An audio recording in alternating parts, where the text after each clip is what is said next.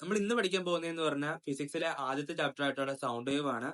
മലയാളം മീഡിയത്തിനാണെന്നുണ്ടെങ്കിൽ ശബ്ദ തരംഗങ്ങൾ എന്നാണ്. ഓക്കെ, അപ്പൊ ഇന്ന് നമ്മൾ ആദ്യം പഠിക്കുന്നതെന്ന് പറഞ്ഞു കഴിഞ്ഞാൽ കാര്യം എന്ന് പറഞ്ഞാൽ ഓസിലേറ്ററി മോഷൻ ആണ്, അല്ലെങ്കിൽ ആന്തോളന ചലനം. ഓക്കെ, അപ്പൊ എന്താണ് ആന്തോളന ചലനം അല്ലെങ്കിൽ ഓസിലേറ്ററി മോഷൻ എന്ന് നമ്മൾ നോക്കണം. അതിന് മുമ്പ് ആദ്യം തന്നെ നമ്മൾ എന്താണ് നോക്കണ്ടേ, ഓസിലേഷൻ എന്താന്ന് നോക്കണം. അപ്പൊ ഓസിലേഷൻ എന്താന്ന് അറിഞ്ഞാലാണ് എന്താണ് ആന്തോളനം എന്ന് അറിഞ്ഞാലാണ് നമുക്ക് എന്തിലേക്ക് പോകാൻ പറ്റുള്ളൂ, ഓസിലേറ്ററി മോഷൻ എന്നതിലേക്ക് പോകാൻ പറ്റുള്ളൂ. അപ്പം ഇതെന്ന് പറഞ്ഞു കഴിഞ്ഞാൽ എന്താണ്, the to and fro motion of an object about its mean position at a regular interval of time is called an oscillation.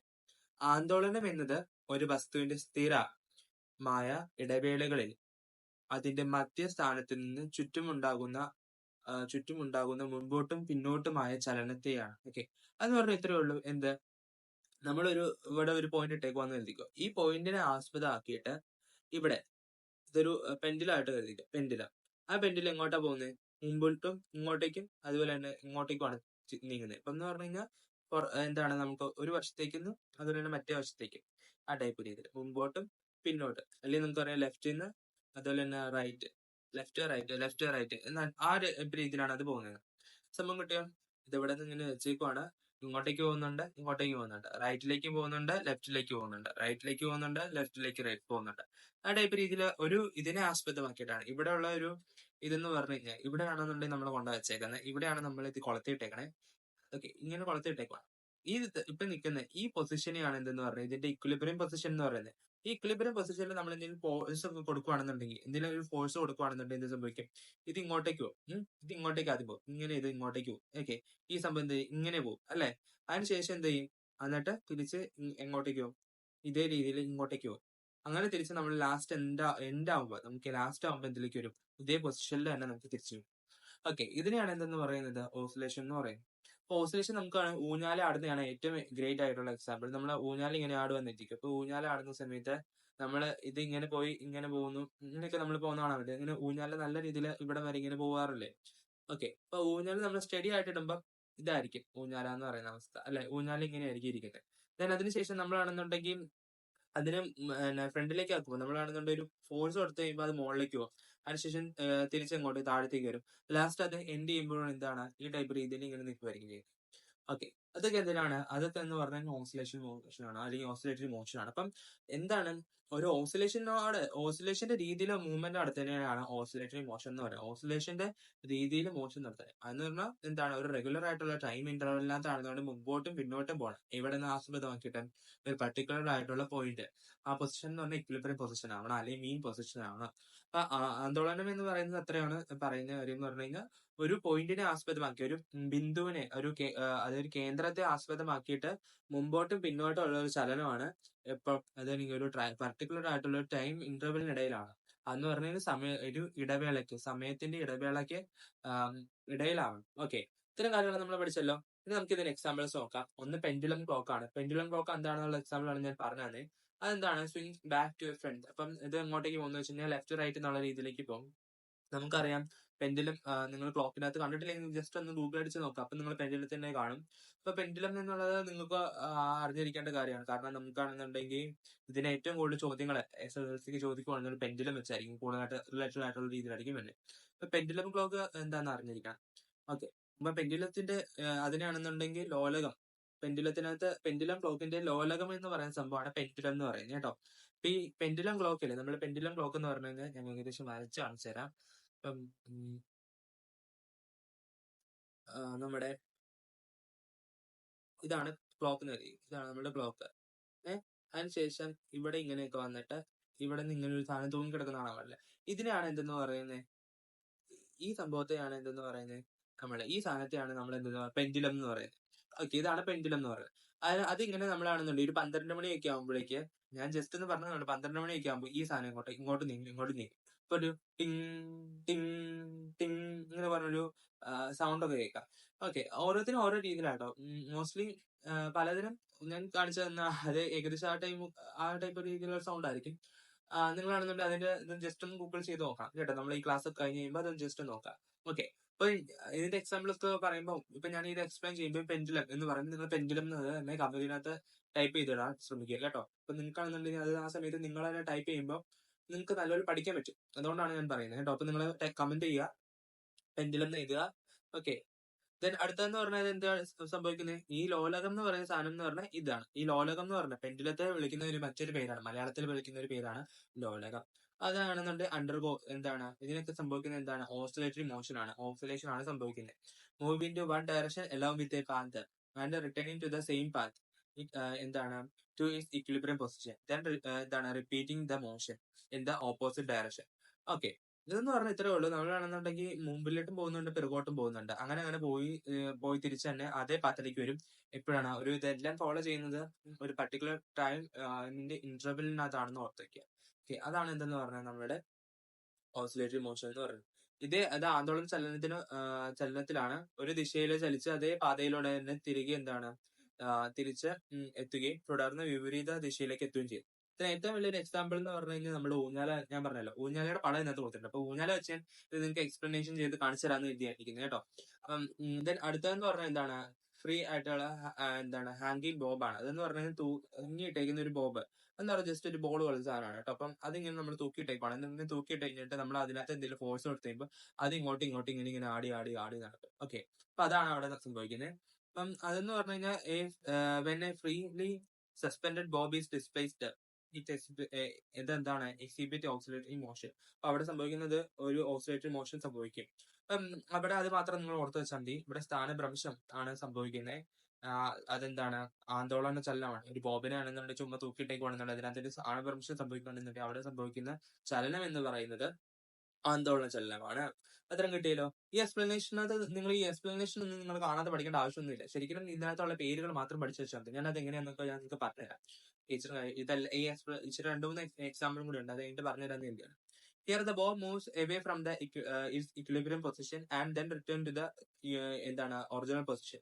ആദ്യം എന്നാ സംഭവിക്കുന്നതെന്ന് പറഞ്ഞാൽ ഇക്വിലിബ്രിയം പൊസിഷനിൽ നിന്നാണെന്നുണ്ടെങ്കിൽ ഒരു ഇങ്ങോട്ട് പോകും, എവേ ചെയ്യും, മൂവ് ചെയ്ത് പോകും, മൂവ് എവേ ദൂരത്തേക്ക് പോകും. ഇതാണ് ഇക്വിലിബ്രിയം പൊസിഷനിലേക്ക്, ഇത് ഇങ്ങോട്ടേക്ക് പോകും. അതിനുശേഷം തിരിച്ച് ആ ഇക്വിലിബ്രിയം പൊസിഷനിലേക്ക് തന്നെ വരും.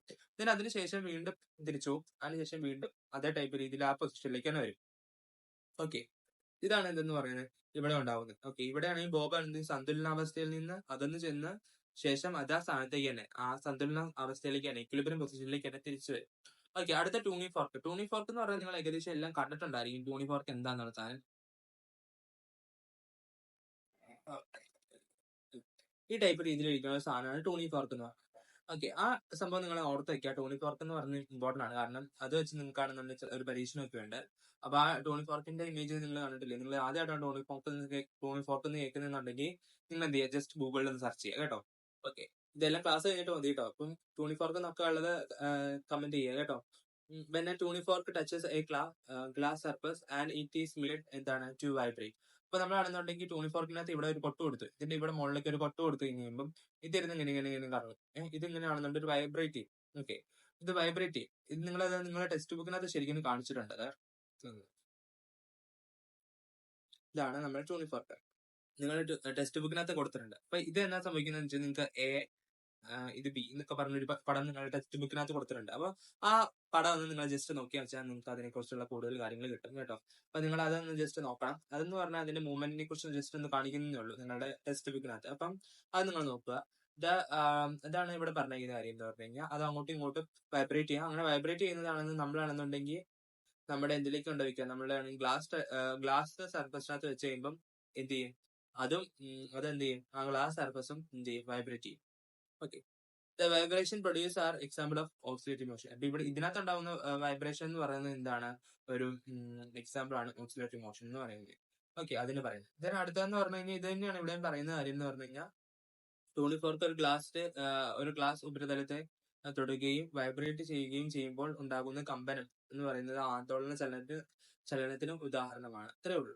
ഇതിന് അടുത്തതെന്ന് പറഞ്ഞാൽ ഫ്ലിപ്പിംഗ് ഓഫ് വിങ്സ്. ഇപ്പൊ നമ്മൾ പറഞ്ഞു കഴിഞ്ഞാൽ നമ്മള് പക്ഷികളൊക്കെ ഇല്ലേ, അപ്പൊ പക്ഷികളൊക്കെ ഇങ്ങനെ ചിറകെട്ട് അടിക്കാറില്ലേ, അതൊക്കെ ഒരു റിതമാറ്റിക് ആയിട്ടുള്ള രീതിയിലല്ലേ. ആ റിതമാറ്റിക് ആയിട്ടുള്ള രീതിയും എന്താണ്, ഓസിലേഷൻ ആണ്. അതെല്ലാം എന്താണ്, ഒരു റിതമാറ്റിക് ആയിട്ടുള്ള രീതിയിലാണ് എന്താണ്, എന്തൊരു ലയബന്ധമായിട്ടാണ് അവര് ആടുന്നത് അല്ലെ, ഒരു പറക്കാനാണ് അവര് ചിറകെട്ട് ഇങ്ങനെ ആട്ടില്ലേ, അതൊക്കെ എന്താണ്, അതൊരു ലയബന്ധത്തില് അല്ലെങ്കിൽ നമ്മളാണ് ഒരു എന്താണ് റിതമാറ്റിക് ആയിട്ടുള്ള രീതിയിൽ അത് മുകളിലേക്കും ഇങ്ങനെ നമ്മൾ ഇതാണ് ഇതെങ്കിൽ ഇതാണ് അതിന്റെ വിങ്സ് എന്നുണ്ടെങ്കിൽ അത് മുകളിലേക്കും പോകും, അതുപോലെ താഴേക്കും, ഇങ്ങനെ ആ ടൈപ്പ് രീതിയിലല്ല അത് ആട്ടുന്നത്. അപ്പൊ അതൊക്കെ എന്തിന് എക്സാമ്പിൾ എന്ന് വെച്ച് കഴിഞ്ഞാൽ, എന്തിന് എക്സാമ്പിൾ ആയിട്ട് നമുക്ക് എഴുതാം, ഓസിലേറ്റിംഗ് മോഷന് എക്സാമ്പിൾ ആണ്. ഓക്കെ, അതെന്ത് ചെയ്യും, ഡൗൺവേർഡ്സും അപ്വേർഡ്സും നമുക്കാണെന്നുണ്ടെങ്കിൽ അപ്വേർഡ്സും ഡൗൺവേർഡ്സും ആയിട്ട് മീൻസ് മുകളിലേക്കും താഴേക്കും മുകളിലേക്കും താഴേക്കും എന്ത് ചെയ്യും, ചലനം. അതൊക്കെ എന്ന് പറയുന്നത് എന്താ, ആന്തോളന ചലനം അല്ലെങ്കിൽ ഓസിലേറ്റിംഗ് മോഷൻ എക്സാമ്പിൾ ആണ്. ഓക്കെ, ഇനി അടുത്തതെന്ന് പറഞ്ഞാൽ ഹെഡ് ബീറ്റ്. നമുക്കാണെന്നുണ്ടെങ്കിൽ പരീക്ഷയ്ക്കാണെന്നുണ്ടെങ്കിൽ ഏറ്റവും എഴുതാൻ എളുപ്പമായിട്ടുള്ള കാര്യം എന്ന് പറഞ്ഞാൽ ഹെഡ് ബീറ്റ്. കാരണം എന്ന് വെച്ച് കഴിഞ്ഞാൽ ഇത്രേ ഉള്ളൂ, നമുക്കാണെന്നുണ്ടെങ്കിൽ പരീക്ഷയുടെ ക്വസ്റ്റ്യൻ പേപ്പർ കിട്ടിക്കഴിഞ്ഞാൽ തന്നെ എന്താണ് നമ്മുടെ ഹാർട്ട് ബീറ്റ് ലാപ്ടോപ്പ് എന്ന് പറഞ്ഞിട്ട് ഇടിക്കില്ലേ. അപ്പൊ നിങ്ങൾക്ക് ആലോചിച്ചാൽ മതി, ഈ ക്വസ്റ്റ്യൻ ആണ് കാണുന്നത്, ഓസിലേറ്റിംഗ് മോഷന്റെ എക്സാമ്പിൾ എന്ന് വെച്ച് കഴിഞ്ഞാൽ ലാപ്ടോപ്പ് എന്ന് പറഞ്ഞിട്ട് ഇടിക്കുവാണ്. പെട്ടെന്ന് അങ്ങ് ഓർത്ത് വെച്ചോളുക, എന്താണ് ലാപ്ടോപ്പ് എന്ന് പറയുന്നത്, എന്താ ഹാർട്ട് ബീറ്റ് ആണ്. അപ്പൊ ഹാർട്ട് ബീറ്റ് എന്ന് അങ്ങനെ ചോദിച്ചോളൂ കേട്ടോ, ഹൃദയമിടിപ്പ്. അതെന്താ എക്സാമ്പിൾ ആണ്, ഓക്സിലേറ്റീവ് മോഷൻ എക്സാമ്പിൾ ആണ്. അപ്പൊ ഹൃദയം മൂവ്മെന്റ് ചെയ്യുന്നത് അതെങ്ങനെയാണ്, വൈൽ പ്ലംബിംഗ് ബ്ലഡ് എന്താണ് also A form of oscillatory motion. Okay, രക്തം പമ്പ് ചെയ്യുമ്പോൾ നമ്മുടെ ഹൃദയത്തിനുണ്ടാവുന്ന ചലനം ആന്തോളന ചലനത്തിന് ഒരു രൂപമാണ്. അതെന്ന് പറഞ്ഞാൽ എന്താണ് ഹാർട്ടിന്റെ മസിൽസ് ആണ് move to and fro clearly demonstrating the presence of എന്താണ് ഓസിലേറ്റീവ് മോഷൻ എന്ന് പറഞ്ഞാൽ നമ്മുടെ ഹൃദയത്തിലെ പേശി മുന്നോട്ടും പിന്നോട്ടുമായിട്ട് ചലിക്കുന്നതാണെന്ന് പറഞ്ഞാൽ ശരിക്കും എന്താണ് ആന്തോളന ചലനത്തിന്റെ സ്വാധീനം വ്യക്തമാക്കുന്ന ഒരു എന്താണ് രീതിയാണെന്നാണ് പറയാം. അതിലൊരു എക്സാമ്പിൾ ആണ്. അപ്പം അത് ഓർത്ത് വയ്ക്കുക, നമുക്ക് ഏറ്റവും എളുപ്പമാണത്. പിന്നെ സ്ട്രിങ് ഓഫ് മ്യൂസിക്കൽ ഇൻസ്ട്രുമെന്റ്.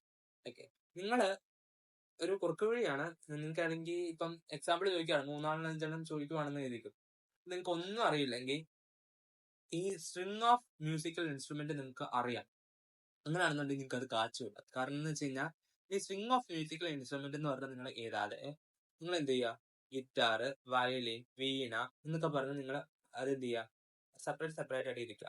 നിങ്ങളുടെ ഫൈനൽ എക്സാമിനാണെന്നുണ്ടെങ്കിൽ നിങ്ങൾക്ക് അതിൽ മാർക്ക് കിട്ടും, ഫുൾ മാർക്ക് കിട്ടും. പക്ഷെ അല്ലാത്ത എക്സാംസിന്, നിങ്ങൾ സ്കൂളിൽ തന്നെ ചെക്ക് ചെയ്യുന്ന എക്സാമിനാണെന്നുണ്ടെങ്കിൽ ചിലപ്പം ഇച്ചിരി മാർക്കൊക്കെ പിടിച്ചിട്ടു എന്നൊക്കെ വരും. പക്ഷെ എന്നാലും അത് ഉത്തരം ശരിയാണ്, നിങ്ങൾക്ക് അങ്ങനെ ചെയ്തു നോക്കാം. ഒന്നും കിട്ടിയില്ലെങ്കിലുള്ള കാര്യമാണ്, നിങ്ങൾക്ക് ഇതെല്ലാം അറിയാമായിരുന്നു എന്നിട്ട് ഇത് ചെയ്ത് വെക്കുന്നത് മോശമാണ് കേട്ടോ. ഒന്നും കിട്ടിയാത്തവരാണ് ഇത് ചെയ്ത് വെക്കേണ്ടത് കേട്ടോ. ഓക്കെ, ഞാൻ ജസ്റ്റ് ഒന്ന് പറഞ്ഞു തന്നേ ഉള്ളൂ, അങ്ങനെ പറഞ്ഞിട്ട് അത് മാത്രമേ എഴുതാൻ പാടുള്ളൂ എന്നല്ല അർത്ഥം. ഈ എക്സാംസ് ഒക്കെ നിങ്ങൾക്ക് യൂസ് ചെയ്യും. ഓക്കെ, അടുത്തതെന്ന് പറഞ്ഞാൽ ഗിറ്റാർ, വയലിൻ, വീണ ഇതൊക്കെയാണെന്നുണ്ടെങ്കിൽ എന്തിനാണ്, ഇതൊക്കെ തുടങ്ങിയതൊക്കെ സംഗീത ഉപകരണങ്ങളാണ്. ഇതെല്ലാം എന്താണ് ഓസിലേറ്റീവ് മോഷൻ ആണ്. ഇപ്പൊ ഇവിടെ നമ്മളാണെന്നുണ്ടെങ്കിൽ ഇതിനൊരു സ്ട്രിങ് ഉണ്ട്. ഇപ്പൊ ഞാൻ കാണിച്ചു തരാം. ഞാൻ പടം വരയ്ക്കുന്നത് ശരിയാവും അറിയില്ല, അതൊരു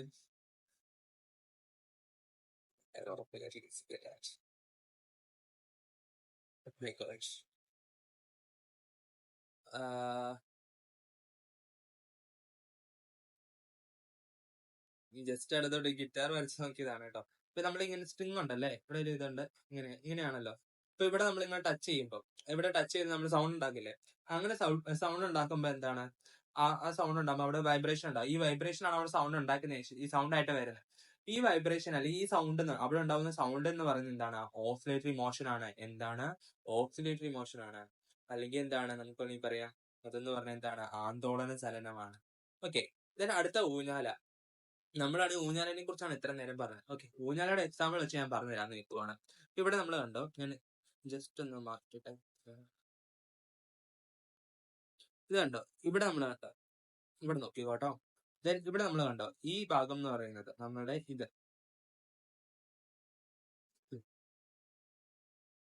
നോക്കിക്കേ, ഇവിടെ നോക്കി, ഇതെന്ന് പറഞ്ഞാണ് എന്തെന്ന് പറഞ്ഞത് നമ്മളുടെ ഇതേ പടം നമ്മളുടെ ടെക്സ്റ്റ് ബുക്കിനകത്ത് കൊടുത്തിട്ടുണ്ട്. നിങ്ങളാണെന്നുണ്ടെങ്കിൽ അത് വെച്ച് നോക്കിയാലും മതി. ദെൻ എന്തെന്ന് പറഞ്ഞു, നിങ്ങൾ എല്ലാം ടെക്സ്റ്റ് ബുക്കാണ് എടുത്ത് വെച്ചേക്കുവാന്നാണ് ഞാൻ കരുതുന്നത്. ടെക്സ്റ്റ് ബുക്ക് നിങ്ങളുടെ കയ്യിൽ ഉണ്ടാവണം ഇതെല്ലാം വെക്കുമ്പോൾ. അതുപോലെ നോട്ട്ബുക്ക് ഉണ്ടാവും, നോട്ട്ബുക്കിനകത്ത് ഇതെല്ലാം എഴുതി തന്നെ പോവുക കേട്ടോ. അപ്പൊ ഇതെന്തെന്ന് വെച്ച് കഴിഞ്ഞാൽ ഇതാണ് നമ്മുടെ ഓ എന്ന് പറയുന്ന ഭാഗം. ഈ ഓ എന്ന് പറയുന്ന ഭാഗം ഇക്വിലിബ്രിയം പൊസിഷനിലായിരിക്കുന്നത്, ചുമ്മാ ആടാതിരിക്കുമ്പോൾ ഉള്ളത്. നമ്മുടെ ഊഞ്ഞാല് ചുമ്മാ ഒരു കെട്ടി തൂക്കിട്ടേക്കുക, അത് ആടുന്നൊന്നുമില്ല, ആരും ആടുന്നില്ല. അപ്പൊ ചുമ്മാ ഇങ്ങനെ ഇരിക്കുക, ഇങ്ങനെ ഇരിക്കുമ്പോൾ ഉള്ളതാണ് എന്തെന്ന് ഓ എന്ന് പറയുന്നത്. അതിനുശേഷം ഒരു കൊച്ചു കയറി ഇവിടെ ഇരുന്നു, ഇതാണ് കൊച്ച്, ഇതാണ് കൊച്ച്.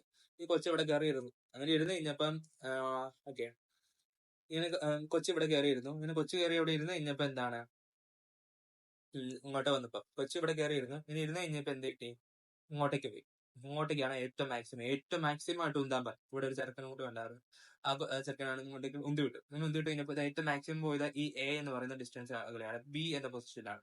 അപ്പം ഇവിടെ ഉണ്ടായ ഡിസ്റ്റൻസ് ആണ് എ, ഇത്ര ഏറ്റവും മാക്സിമം ആയിട്ടുള്ള ഡിസ്റ്റൻസ്. അതിനാണ് ആംപ്ലിറ്റ്യൂഡ് എന്ന് പറയുന്നത്. അതിനാണ് ആയതി എന്ന് പറയുന്നത്, അല്ലെങ്കിൽ ആയാമം എന്നൊക്കെ പറയാം. ആയതി എന്നാണ് നിങ്ങൾക്ക് ഇപ്പോഴത്തെ ടെക്സ്റ്റ് ബുക്കിനകത്ത് കൊടുത്തത്. പഴയ ടെക്സ്റ്റ് ബുക്കിനകത്തൊക്കെ അത് ആയാമം എന്നായിരുന്നു കേട്ടോ. അപ്പൊ നിങ്ങളാണെന്നുണ്ടെങ്കിൽ അങ്ങനെ അത് ഓർത്ത് വെക്കുക കേട്ടോ.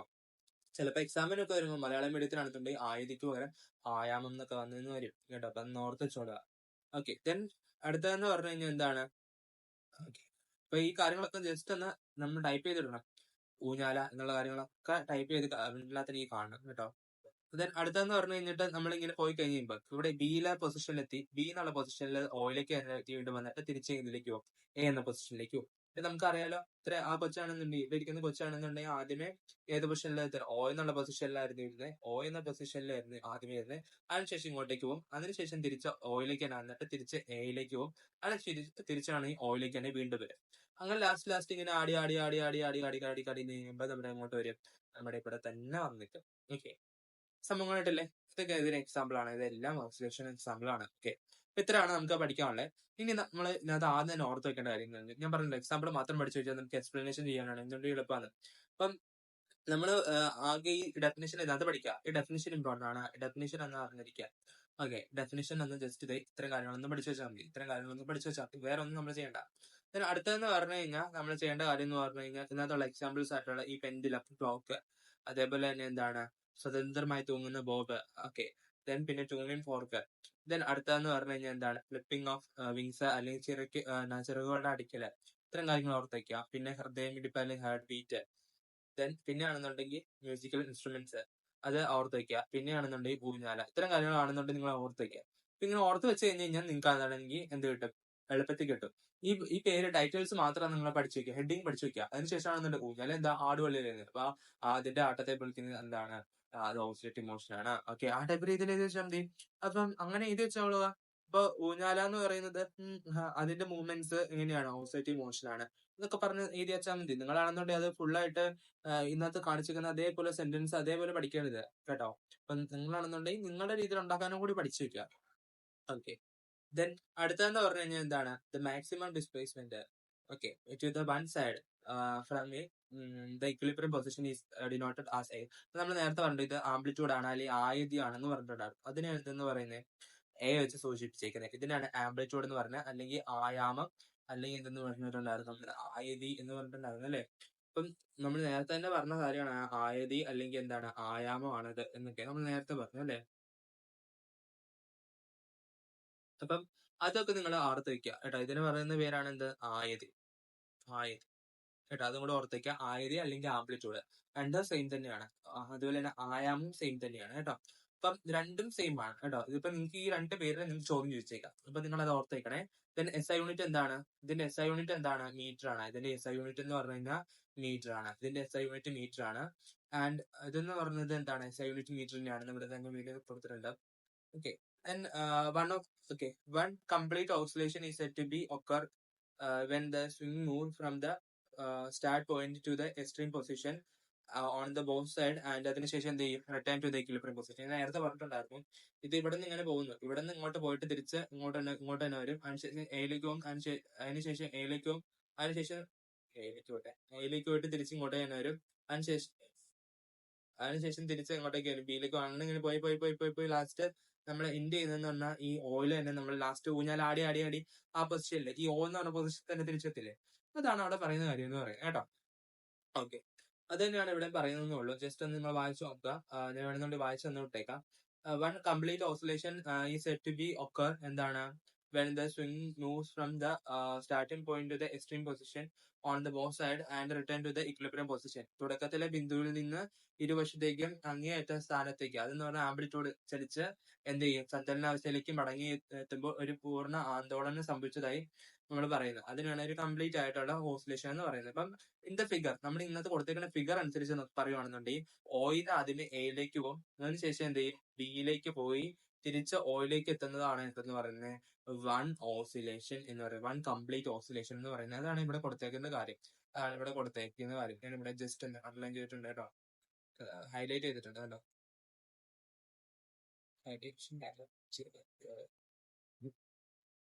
ഓക്കെ, ഇതാ കൊടുത്തത്. ചിത്രത്തിൽ ഓയിൽ നിന്ന് എയിലേക്ക് പിന്നെ ബിയിലേക്ക് തുടർന്ന് തിരിച്ച് ഓയിലേക്ക് എത്തുന്നതാണ് ഇതെന്ന് പറയുന്നത് ഒരു കംപ്ലീറ്റ് ഓസിലേഷൻ അല്ലെങ്കിൽ പൂർണ്ണമായിട്ടുള്ള ആന്തോളനം എന്ന് പറയുന്നത്. ദെൻ അടുത്തതെന്ന് പറഞ്ഞാൽ ടൈം പീരീഡ് അല്ലെങ്കിൽ കാലയളവ്. നമ്മുടെ മലയാളം മീഡിയത്തിലും ടൈം പീരീഡ് തന്നെ യൂസ് ചെയ്യാം, അതിനൊന്നും കുഴപ്പമില്ല കേട്ടോ. അപ്പൊ time taken to complete one oscillation ആണ്. ടൈം ഒരു ടൈം വേണം നമുക്കാണെന്നുണ്ടെങ്കിൽ ഒരു ഓസിലേഷൻ ആണ് ഉള്ളത്. ഇവിടെ എടുക്കുന്ന ഒരു ഓസിലേഷൻ, ആ ഒരു ഓസിലേഷൻ കംപ്ലീറ്റ് ചെയ്യാൻ എടുക്കുന്ന ടൈം ആണ് എന്ന് പറയുന്നത് ഇവിടുത്തെ പീരീഡ് എന്ന് പറയുന്നത്. പീരീഡ് എന്ന് പറയുന്നത് അല്ലെങ്കിൽ കാലയളവ് എന്ന് പറഞ്ഞു കഴിഞ്ഞാൽ ഒരു ആന്തോളനം നടക്കാൻ എടുക്കുന്ന സമയത്തെയാണ്. ഓക്കെ, ഇനി ഫ്രീക്വൻസി വരുമ്പം എന്ന് പറഞ്ഞാൽ തിരിച്ചു വരും. ഒരു സെക്കൻഡിൽ എത്ര ആന്തോളനം സംഭവിക്കുന്നു അല്ലെങ്കിൽ എത്ര ഓസിലേഷൻ സംഭവിക്കുന്നു എന്ന് പറയുന്നതാണ് എന്താണ് ഫ്രീക്വൻസി. ഇത് രണ്ടും ഓർത്ത് വെച്ചോളാം. ഇതിന്റെ യൂണിറ്റ്, നമ്മുടെ പീരീഡിന്റെ യൂണിറ്റ് എന്താണ്? സെക്കൻഡ് ആണ്, യൂണിറ്റ് സെക്കൻഡ് ആണ്. അതുപോലെ തന്നെ പീരീഡ് എന്ന് പറഞ്ഞു കഴിഞ്ഞാൽ എന്താണ്? T/N ആണ്. T എന്ന് പറഞ്ഞു കഴിഞ്ഞാൽ എന്താണ്? Time taken, total time taken. എന്ന് പറഞ്ഞാൽ എന്താണ്? Number of times of oscillation, ഇത്ര ഓസിലേഷൻ എന്നുള്ള രീതിയിൽ. ക്യാപിറ്റൽ T ഈക്വൽ ടു എന്തെന്ന് പറയാം? സ്മോൾ t/n എന്ന് പറയാം. ഇത് ഓർത്ത് വെക്കണം.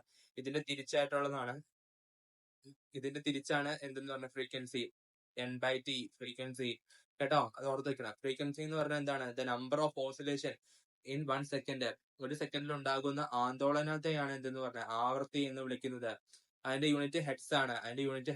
ഹെഡ്സ് ആണ്, ഓർത്ത് വെക്കുക. ഇതെന്ന് പറഞ്ഞ ഫ്രീക്വൻസി എന്ന് പറഞ്ഞാൽ എന്താണ്? Number of oscillation by total time taken ആണ്. നമ്മൾ നേരത്തെ പറഞ്ഞു F ഈക്വൽ ടു എന്താണ്? N/T. അത് ഓർത്ത് വെക്കുക. അതാണ് ഇവിടെ പറഞ്ഞേക്കുന്ന കാര്യം. ആകെ ആന്തോളനത്തിന്റെ എണ്ണം ഡിവൈഡഡ് ബൈ ആകെ എടുത്ത സമയം. അടുത്തതെന്ന് പറഞ്ഞു കഴിഞ്ഞാൽ according to the equation of the period of pendulum, as the length of the pendulum increase the frequency decrease. എന്നു പറഞ്ഞു കഴിഞ്ഞാൽ ഇത്രേ ഉള്ളൂ. നമ്മളാണെന്നുണ്ടെങ്കിൽ പെൻഡുലം, ഇതാണ് പെൻഡുലം എന്ന് എഴുതിക്കോ. ഇത് ഇങ്ങനെയാണ്, ഇതാണ് പെൻഡുലം. ഈ പെൻഡുലത്തിന്റെ നീളം എക്സ് ആണെന്ന് എഴുതിക്കോ. ഈ എക്സ് എന്ന് പറഞ്ഞാൽ X+5 ആക്കി എന്ന് എഴുതിക്കോ. അങ്ങനെയാണെന്നുണ്ടെങ്കിൽ അതിന്റെ നീളം എന്താവും? ഈ ടൈപ്പ് രീതിയിൽ, ഇത്രയും രീതിയിൽ ഇങ്ങനെ കൂടി. ഇതാണ് എന്താ? S+5. ഇതാണ് S+5. അങ്ങനെ S+5 ആയിട്ട് ഞാൻ ഇൻക്രീസ് ചെയ്തു. അങ്ങനെ ഇൻക്രീസ് ചെയ്ത് കഴിഞ്ഞപ്പോൾ എന്ത് സംഭവിച്ചു? നമ്മുടെ ഫ്രീക്വൻസി, നമ്മുടെ ഹെഡ്സ് എന്ത് ചെയ്തു? ഡിക്രീസ് ചെയ്തു. നമ്മുടെ ഫ്രീക്വൻസി ഡിക്രീസ് ചെയ്തു. Length of the pendulum increase ചെയ്യുമ്പോൾ എന്ത് സംഭവിച്ചു? ദ ഫ്രീക്വൻസി ഡിക്രീസ് ചെയ്തു. ഓർത്തിച്ചോളാം. എന്നോട് പറഞ്ഞ് ജസ്റ്റ് ഒന്ന് ടൈപ്പ് ചെയ്തെല്ലാവരും. എന്താണ് പറയുന്നത് വെച്ചാൽ the length of the pendulum increase, the frequency decrease, എല്ലാം ടൈപ്പ് ചെയ്തിട്ടുണ്ട് കേട്ടോ. ദെൻ ലോകത്തിന്റെ ലോലകം എന്ന് പറഞ്ഞാൽ എന്താണ്? പെൻഡുലത്തിന്റെ കാലയളവിന് സമവാക്യമാണ് നമ്മൾ ഇനി ഉണ്ടാക്കാൻ പോകുന്നത്. ആ സമവാക്യം എന്ന് പറഞ്ഞു കഴിഞ്ഞാൽ ഇത്രേ ഉള്ളൂ. അതെന്താണ്? നീളം കൂടുന്നതനുസരിച്ച്, ലോലകത്തിന്റെ നീളം കൂടുന്നതനുസരിച്ച് ആവൃത്തി എന്താണ്? കുറയുന്നു. ലോലകത്തിന്റെ നീളം കൂടുന്നതനുസരിച്ച് ആവൃത്തി കുറയുന്നു. ഓക്കെ. ദെൻ അടുത്തതെന്ന് പറഞ്ഞാൽ ഈ ഇക്വേഷൻ നിങ്ങൾ പഠിക്കണ്ട, പക്ഷെ നിങ്ങൾ അറിഞ്ഞിരിക്കണം. ജസ്റ്റ് നിങ്ങൾക്ക് അടുത്ത വർഷമാണ് നിങ്ങൾക്ക് മീൻസ് +1 +2 സയൻസ് എടുക്കുന്നവർക്കാണെങ്കിൽ ഇതിന്റെ ആവശ്യം കൂടുതൽ വരെ. എന്താ വെച്ചാൽ നിങ്ങൾക്ക് ഇപ്പൊ പ്രോബ്ലമാറ്റിക് ആയിട്ടുള്ള ക്വസ്റ്റ്യൻസ് ഒന്നും ഇല്ല. എന്നാലും അറിഞ്ഞിരിക്കണം. T equal to 1/2π√L/G. ഇതാണ് നമ്മുടെ ഇക്വേഷൻ. ഇവിടെ കണ്ടോ, ഇവിടെ ആണെന്നുണ്ടെങ്കിൽ നമ്മൾ പറഞ്ഞിട്ടുണ്ടായിരുന്ന കാര്യമാണ് L എന്ന് പറയുന്നത്. ഈ L എന്ന് പറയുന്നതാണ് എന്തെന്ന് പറയുന്നത്? നമ്മുടെ ലെങ്ത് ഓഫ് ദ പെൻഡുലം എന്ന് പറയുന്നത്. അതാണ് ലോലകത്തിന്റെ നീളം. ഓക്കെ, ലോലകം എന്നുള്ള വാക്ക് നമുക്ക് വേണമെന്നുണ്ടെങ്കിൽ എക്സാം ചോദിക്കാം. അതുപോലെ തന്നെ പെൻഡുലം എന്നുള്ള വാക്കും നമുക്കാണ് മലയാളം മീഡിയം ചോദിക്കാവേ. ഞാൻ അടുത്തിരിക്കുന്ന കാര്യം എന്ന് പറഞ്ഞാൽ നമുക്ക് ഇതിന്റെ റിലേഷൻ ആണ്, ഇത് തമ്മിലുള്ള ബന്ധം. ഓക്കെ, ഇത് തമ്മിലുള്ള ബന്ധം എന്താണ്? നമ്മൾ നേരത്തെ തന്നെ പറഞ്ഞു F ഈക്വൽ ടു എന്താണ്? 1/T ആണ്. Okay, F equal to 1/T. അത് ഓർത്ത് വെക്കുക. F ഈക്വൽ ടു 1/T അല്ലെങ്കിൽ T ഈക്വൽ ടു എന്താണ്? T ഈക്വൽ ടു എന്താണ്? 1/F. രണ്ടും സെയിം തന്നെയാണ് കേട്ടോ, രണ്ടും സെയിം ആണ്, രണ്ടും പഠിച്ചു വെക്കുക. അടുത്തതെന്ന് പറഞ്ഞു കഴിഞ്ഞാൽ എന്താണ്? നമുക്ക് ചെറിയ യൂണിറ്റ്സ് ആണ്. ഞാൻ രണ്ടു മൂന്ന് തവണ ഇത് റിപ്പീറ്റ് ചെയ്ത് ചെയ്തിട്ടുണ്ട്, അതിന്റെ ആവശ്യമില്ല. ഇത് ഓർമ്മ ചെയ്ത് വെച്ചിട്ടുണ്ട്. ഇത് കേട്ടോ, ഇത് ഞാൻ എഴുതി വെച്ചിട്ട് മിസ്റ്റേക്ക് ആണ്, മിസ്റ്റേക്ക് ആണ്. അടുത്തെന്ന് പറഞ്ഞു കഴിഞ്ഞാൽ എന്താ? ആവൃത്തിയുടെ യൂണിറ്റ് എന്ന് പറഞ്ഞാൽ എന്താണ്? നമുക്ക് അത് കിലോ ഹെർട്സിനകത്ത് പറയാം. അങ്ങനെയാണെന്നുണ്ടെങ്കിൽ 1000 ആണെന്ന് നമുക്കറിയാം അല്ലെ? 1000 ആണെന്ന് നമുക്ക് അറിയാം. ദെൻ അടുത്തതെന്ന് പറഞ്ഞാൽ അതിനാണെന്നുണ്ടെങ്കിൽ 10⁻³ എന്നുള്ള രീതിയിൽ നമുക്ക് എഴുതാൻ പറ്റും. ഓക്കെ, 10⁻³ എന്നുള്ള രീതിയിൽ നമുക്ക് എഴുതാൻ പറ്റും. അതേപോലെ തന്നെ നമുക്ക് മെഗാ ഹെർട്സിനകത്ത് എഴുതാം. ഓക്കെ, അത്തരം കാര്യങ്ങളൊക്കെ നിങ്ങൾ അറിഞ്ഞു വെക്കാം. മെഗാ ഹെർട്സിനകത്ത് എഴുതാൻ പറ്റും. ഇപ്പൊ രീതിയിൽ ഇതൊക്കെ ഒന്ന് അറിഞ്ഞിരിക്കുക കേട്ടോ. ദെൻ അടുത്തെന്ന് പറഞ്ഞു കഴിഞ്ഞാൽ നിങ്ങൾക്ക് ട്യൂണിംഗ് ഫോർക്കാണ്. Tuning fork with different frequency of waves ഉണ്ട്. ഓക്കെ, അവർക്കാണെന്നുണ്ടെങ്കിൽ എന്താണ്? ഇപ്പം നമുക്കാണെങ്കിൽ ട്യൂണിംഗ് ഫോർക്ക് എന്ന് പറഞ്ഞാൽ നമ്മുടെ ഈ ടൈപ്പ് രീതിയിൽ ഇരിക്കുന്ന സാധനമില്ലേ, നമ്മൾ കണ്ടിട്ടില്ലേ? അത് ജസ്റ്റ് ഒന്ന് ഗൂഗിളിൽ സെർച്ച് ചെയ്ത് കണ്ടിട്ടില്ലേ? അപ്പം ഇതെന്ന് പറഞ്ഞു കഴിഞ്ഞാൽ നമുക്ക് 440 ഹെർട്സിന്റെ ഉണ്ട്, 120 സോറി 120 അല്ല 180 ഹെഡ്സിന്റെ ഉണ്ട്, അങ്ങനെ പല പല ഹെഡ്സിന്റെ ആണ് കേട്ടോ. അപ്പം അങ്ങനെ ആ ഹെഡ്സിനകത്തൊക്കെ നമ്മൾ കൊട്ട് സൗണ്ട് ഉണ്ടാക്കുമ്പോൾ ഓരോത്തിനും ഓരോ ഫ്രീക്വൻസിയിലുള്ള സൗണ്ട് ആയിരിക്കും പുറപ്പെടുകയും. സംഭവം എന്ന് പറഞ്ഞാൽ മനസ്സിലായോ? അപ്പൊ ഓരോ ഫ്രീക്വൻസിനകത്ത് ഉള്ള സൗണ്ട് ആയിരിക്കും ഓരോ ഡിഫറെന്റ് ആയിട്ടുള്ള എന്തുണ്ടാവുന്നത് ഹെഡ്സിനകത്ത് ഉണ്ടാവുമ്പോഴും ഓരോ ഡിഫറെന്റ് ഫ്രീക്വൻസിനകത്തുള്ള സൗണ്ട് ആണ് ഉണ്ടാക്കുന്നത്. അതിനർത്ഥം എന്ന് പറഞ്ഞാൽ ഡിഫറെന്റ് ആയിട്ടുള്ള സൗണ്ട് വേവ് ആണ്, അവിടെ ഡിഫറെന്റ് ആയിട്ടുള്ള സൗണ്ട് ആണ് ഉണ്ടാവുന്നത് ഓരോ ഹെഡ്സിനകത്ത്, ഓരോ നമ്മുടെ 24 അതെന്ന് പറഞ്ഞാൽ ഓരോ 24 എന്ന് പറഞ്ഞാൽ ഓരോ ഹെഡ്സിനകത്തുള്ളതാണ്. ഇപ്പം 440 ഒരു 24 ഞാൻ കൊട്ടി ഉണ്ടാക്കുന്ന സൗണ്ട് അല്ല എന്താ 280 ഹെഡ്സിന്റെ 24 ഉണ്ടാകുന്ന സൗണ്ട്, അത്രേ ഉള്ളൂ. ഇതിന് അടുത്തതെന്ന് പറഞ്ഞാൽ നാച്ചുറൽ ഫ്രീക്വൻസി ആണ്. നാച്ചുറൽ ഫ്രീക്വൻസി എന്ന് പറഞ്ഞു കഴിഞ്ഞാൽ ഇപ്പം അതിനൊരു എക്സാമ്പിൾ എന്ന് പറഞ്ഞു കഴിഞ്ഞാൽ നിങ്ങളുടെ കയ്യിൽ ഒരു ഫോൺ ഉണ്ട്, നിങ്ങളുടെ കയ്യിൽ എന്തുണ്ട്, ഒരു ഫോൺ ഉണ്ട്. എന്താണ് നിങ്ങളുടെ കയ്യിൽ ഒരു ഫോൺ ഉണ്ട്. ഓക്കെ, നിങ്ങളുടെ കയ്യിൽ എന്തുണ്ട്, ഒരു ഫോൺ ഉണ്ട് അല്ലെ. അപ്പൊ ഈ ഫോണാണ് നിങ്ങളുടെ കയ്യിലുള്ളത്. അപ്പൊ ഈ ഫോൺ ഉണ്ട് നിങ്ങളുടെ കയ്യിൽ, ഫോൺ എപ്പോഴും ഭയങ്കരമായിട്ട് വൈബ്രേറ്റ് ചെയ്തോണ്ടിരിക്കും. ഭയങ്കരമായിട്ട് എന്ന് പറഞ്ഞാൽ ഭയങ്കരമായിട്ട് വൈബ്രേറ്റ് ചെയ്യുക. നിങ്ങൾ മേടിച്ചപ്പോൾ തൊട്ട് വൈബ്രേഷൻ ഉള്ളതാന്ന് കരുതിക്കും. വൈബ്രേഷൻ മുകളിൽ നിങ്ങൾ ഇട്ടിട്ടില്ല, നിങ്ങൾ ഒരു ഫോഴ്സും കൊടുത്തിട്ടില്ല, ചുമ്മാ വൈബ്രേറ്റ് ചെയ്യുക, നിർത്താനേ പറ്റുന്നില്ല. അങ്ങനെ ഒരു ഫോണാണ് കേട്ടോ. നിങ്ങൾ വൈബ്രേറ്റ് ചെയ്യുവാണ്, അങ്ങനെയാണെന്നുണ്ടെങ്കിൽ അതിന്റെ വൈബ്രേഷൻ എന്ന് പറയുന്നത് എന്താണ്, ഇങ്ങനെ ഫ്രീ ആയിട്ടാണ് വൈബ്രേറ്റ് ചെയ്യുന്നത്. നമ്മൾ ഒരു ഫോഴ്സും കൊടുക്കാതെ, ഒരു എക്സ്റ്റേണൽ ഫോഴ്സും കൊടുക്കാതെ ആണ് വൈബ്രേറ്റ് ഫീൽ എന്ന് പറയുന്നത്. അപ്പൊ നമ്മൾ ഒരു ഫോഴ്സും കൊടുക്കാതെയാണ് അത് എന്ത് ചെയ്യുന്നത്, വൈബ്രേറ്റ് ചെയ്യുന്നത്. അതിനാണ് ഇവിടെ പറഞ്ഞേക്കുന്നത് എന്താ, സ്വന്തം ഓക്കെ ആയിട്ട് നമ്മളാണെന്നുണ്ടെങ്കിൽ സ്വതന്ത്രമായി കമ്പനം ചെയ്യുന്നു. ഒരു വസ്തുവാണ് അത്, നമ്മള് ഫോണാന്ന് കരുതിക്കോ, ഫോൺ ഇങ്ങനെ ചുമ്മാ വൈബ്രേറ്റ് ചെയ്യുവാണ്. അത് നമ്മൾ മേടിച്ചപ്പോൾ തൊട്ടേ വൈബ്രേറ്റ് ചെയ്തുകൊണ്ടിരിക്കുകയാണോ, ചുമ്മാ വൈബ്രേറ്റ് ചെയ്യുവാണ്. ഓക്കെ, അങ്ങനെ അത് വൈബ്രേറ്റ് ചെയ്യുകയാണെന്നുണ്ടെങ്കിൽ ആ വൈബ്രേഷൻ എന്ന് പറയുന്നത് ആ ഫോണിന്റെ എന്താണ് നാച്ചുറൽ ഫ്രീക്വൻസി എന്ന് പറയും. അപ്പം ചുമ്മാ വൈബ്രേറ്റ് ചെയ്യണം, എപ്പോഴും വൈബ്രേറ്റ് ചെയ്യണം. ഇങ്ങനെ വൈബ്രേറ്റ് ചെയ്യുന്ന പല സാധനങ്ങളുണ്ടല്ലോ. അപ്പം അങ്ങനെ നിങ്ങളൊരു എക്സാമ്പിൾ ആയിട്ട് നിങ്ങൾ എന്തെങ്കിലും ചിന്തിച്ച് വെച്ചോളൂ. അപ്പം ഞാൻ പറഞ്ഞ കാര്യം നിങ്ങൾക്ക് എക്സാമ്പിൾ ആയിട്ട് കേൾക്കാം. ഫോൺ എന്ന് പറഞ്ഞാൽ നമ്മൾ സാധാരണ കയ്യിലിരിക്കുന്ന എപ്പോഴും വൈബ്രേറ്റ് ചെയ്യില്ല. ഓക്കെ, അങ്ങനെയുള്ളതല്ല, അല്ലാതെ എപ്പോഴും വൈബ്രേറ്റ് ചെയ്തുകൊണ്ടിരിക്കുന്നത്, എപ്പോഴും അത് വൈബ്രേറ്റ് ചെയ്യുക, ചുമ്മാ ഇരുന്നാൽ പോലെ അത് വൈബ്രേറ്റ് ചെയ്തുകൊണ്ടിരിക്കുക. അങ്ങനെ വൈബ്രേറ്റ് ചെയ്തുകൊണ്ടിരിക്കുന്ന സംഭവത്തിനാണ് അതിന്റെ സ്വാഭാവികമായിട്ടുള്ള ഫ്രീക്വൻസി എന്ന് പറയുന്നത്. ഇപ്പൊ നമ്മൾക്കൊക്കെ ഒരു വൈബ്രേഷൻ ഉണ്ട്, ആക്ച്വലി നമുക്ക് എല്ലാവർക്കും വൈബ്രേഷൻ ഉണ്ട്. നമ്മുടെ എന്തെന്ന് പറഞ്ഞാൽ നമ്മുടെ നാച്ചുറൽ ഫ്രീക്വൻസി എന്ന് പറയുന്നത്. ഓക്കെ, സോ ഇതെല്ലാം നമുക്ക് മനസ്സിലായല്ലോ. These frequency is called natural frequency of the object. അതിനാണ് എന്തെന്ന് പറഞ്ഞാൽ സ്വാഭാവിക ആവൃത്തി എന്ന് പറയുന്നത്. എന്ത് സ്വാഭാവിക ആവൃത്തി? ഇത് എന്തൊക്കെ ഫാക്ടേഴ്സ് ആണ് ഇതിന്, അല്ലെങ്കിൽ എന്തൊക്കെ ഘടകങ്ങളാണ് ഇതിനെ ബാധിക്കുന്നത് നോക്കാം. എന്തൊക്കെ ഫാക്ടേഴ്സ് ആണ് ഇൻഫ്ലുവൻസ് ചെയ്യുന്നത് നാച്ചുറൽ ഫ്രീക്വൻസിനെ അല്ലെങ്കിൽ നമ്മുടെ സ്വാഭാവിക ആവൃത്തിനെ ബാധിക്കുന്ന ഘടകങ്ങൾ എന്ന് പറഞ്ഞാൽ, ഒന്ന് length of the object, mass അല്ലെങ്കിൽ പിണ്ഡം. Okay, length of the object എന്ന് പറഞ്ഞു കഴിഞ്ഞാൽ വസ്തുവിന്റെ നീളമാണ്. മാസ് പിണ്ഡം എന്ന് പറഞ്ഞാൽ രണ്ട് സെയിം ആട്ടോ. മാസിന്റെ മലയാളത്തിലുള്ള അടുത്താണ് പിണ്ഡം എന്ന് പറയുന്നത്. അപ്പം നിങ്ങൾക്ക് എക്സാമിന് മലയാളം മീഡിയംകാർക്ക് ആണെന്നുണ്ടെങ്കിൽ പിണ്ഡം എന്ന് ചോദിക്കാം. ഒരു ചോദ്യം വരുവാണ്, which of the factors okay, ഇതിനകത്ത് ഏത് വസ്തുവാണ് സ്വാഭാവിക ആവൃത്തിയെ ബാധിക്കുന്നത് എന്ന് ചോദിച്ചിട്ട് നിങ്ങൾക്ക് ഒരു ചോദ്യമായിരിക്കും, എന്താണ് പിണ്ഡം. അതുപോലെ തന്നെ വേറെ ഏതോ ഓർമ്മ കൂടി തരും, എന്തെങ്കിലും ആവട്ടെ. ചിലപ്പോൾ ആണെന്നുണ്ടെങ്കിൽ ചിലപ്പോൾ ചോദിക്കുന്ന ഇക്വിലിബ്രിയം എന്നുള്ള രീതിയിലായിരിക്കും, വേറെ എന്തെങ്കിലും ഒരു രീതിയിലായിരിക്കും. ഓക്കെ, അപ്പൊ വേറെ എന്തെങ്കിലും ഒരു ഓപ്ഷനും പിന്നെ ഒരു പിണ്ഡം എന്ന് പറഞ്ഞൊരു ഓപ്ഷനും കിടക്കും. അപ്പൊ നിങ്ങൾക്ക് പിണ്ഡം എന്താണെന്ന് അറിയില്ല, മറ്റേ നിങ്ങൾ എവിടെ കേട്ടിട്ടുണ്ട്, ഇപ്പൊ നിങ്ങൾ അത് എന്താ ചെയ്തു കൊണ്ട് മാറ്റി. അപ്പൊ പിണ്ഡം എന്ന് പറഞ്ഞാൽ മാസും സെയിം ആണ്, അത് ഓർത്ത് വയ്ക്കുക കേട്ടോ. അത് രണ്ടും സെയിം ആണ്, അത് രണ്ടും ഓർത്ത് വയ്ക്കുക. അത് നിങ്ങൾ അറിയില്ലെങ്കിൽ പുതിയതായിട്ടാണ് അത് അറിയുന്നുണ്ടെങ്കിൽ നിങ്ങൾ അത് നോട്ട് ചെയ്ത് വയ്ക്കുക. പിന്നെ ഇലാസ്റ്റിസിറ്റി, അതുപോലെ തന്നെ അതിനെ പറയുന്ന പേരാണ് എന്താ, സാഗതാത. ഓക്കെ ഓക്കെ, അപ്പൊ ഇത്രയും കാര്യങ്ങൾ നിങ്ങൾ ഓർത്തേക്കുക. ഇലാസ്റ്റിസിറ്റി വളരെ ഇമ്പോർട്ടന്റ് ആണ് കേട്ടോ. ഇതിന് അടുത്തതെന്ന് പറഞ്ഞാൽ നേച്ചർ ഓഫ് ദ മെറ്റീരിയൽ, പദാർത്ഥത്തിന്റെ സ്വഭാവം, അതൊക്കെയാണ് മെയിനായിട്ട് നോക്കുന്നത്. ഇതിന് അടുത്തതെന്ന് പറഞ്ഞു കഴിഞ്ഞാൽ ഫോഴ്സ്ഡ് വൈബ്രേഷൻ ആണ്. ഫോഴ്സ്ഡ് വൈബ്രേഷൻ അല്ലെങ്കിൽ റെസൊണൻസ്. ഫോഴ്സ്ഡ് വൈബ്രേഷൻ എന്ന് പറഞ്ഞാൽ നമ്മളൊരു ഫോഴ്സ് കൊടുത്തിട്ടാണെങ്കിൽ അതിന് വൈബ്രേറ്റ് ചെയ്യാന്ന് ഓർത്ത് വെച്ചു. അതിന്റെ പേര് തന്നെ ഉണ്ട് ഫോഴ്സ്ഡ് വൈബ്രേഷൻ. ഫോഴ്സ് ചെയ്തിട്ടാണ് വൈബ്രേഷൻ വരുന്നത്, അതാണ് എനിക്ക് ഫോഴ്സ് വൈബ്രേഷൻ. കിട്ടിയല്ലോ, സംഭവം കിട്ടിയില്ല. ആ പേരിൽ തന്നെ നിങ്ങൾക്ക് പല കാര്യങ്ങളും ഇതിനകത്ത് പഠിക്കാൻ പറ്റുന്നേ ഉള്ളൂ. അപ്പൊ അതൊക്കെ നിങ്ങൾ അങ്ങനെ പേരിൽ വെച്ച് നിങ്ങൾ കണ്ടെത്തുക. ഫോഴ്സ്ഡ് വൈബ്രേഷൻ എന്ന് പറഞ്ഞു കഴിഞ്ഞാൽ എന്താണ്, പോസ്റ്റ് ചെയ്യുന്ന വൈബ്രേഷൻ. അതെന്ന് പറഞ്ഞു കഴിഞ്ഞാൽ ബലാർപ്പിത കമ്പനം എന്ന് പറയും. അതെന്ന് പറഞ്ഞു കഴിഞ്ഞാൽ ഇത്രേ ഉള്ളൂ. പോസ്റ്റ് വൈബ്രേഷൻ എന്ന് പറഞ്ഞു കഴിഞ്ഞാൽ ഇത്രേ ഉള്ളൂ. എന്താണ് പോസ്റ്റ് വൈബ്രേഷൻ എന്ന് പറഞ്ഞാൽ ഇത്രേ ഉള്ളൂ. നമ്മളാണെങ്കിൽ ഒബ്ജക്റ്റിനെ എന്ത് ചെയ്യാണ്, നമ്മളാണെന്നുണ്ടെങ്കിൽ വൈബ്രേറ്റ് ചെയ്യുകയാണ്. എങ്ങനെ, നമ്മളുടെ ഒരു എക്സ്റ്റേണൽ ആയിട്ടുള്ള കമ്പനം വെച്ച്. ഇപ്പൊ നമുക്ക് ഇതിനാണെന്നുണ്ടെങ്കിൽ ബലാർപ്പിത കമ്പനം എന്ന് വിളിക്കാം. അതേപോലെ തന്നെ നമുക്ക് വിളിക്കാൻ പറ്റുന്ന മറ്റൊരു പേരാണ് മലയാളത്തിൽ എന്താണ്, പ്രണോദിത കമ്പനം. എന്താണ് പ്രണോദിത കമ്പനം?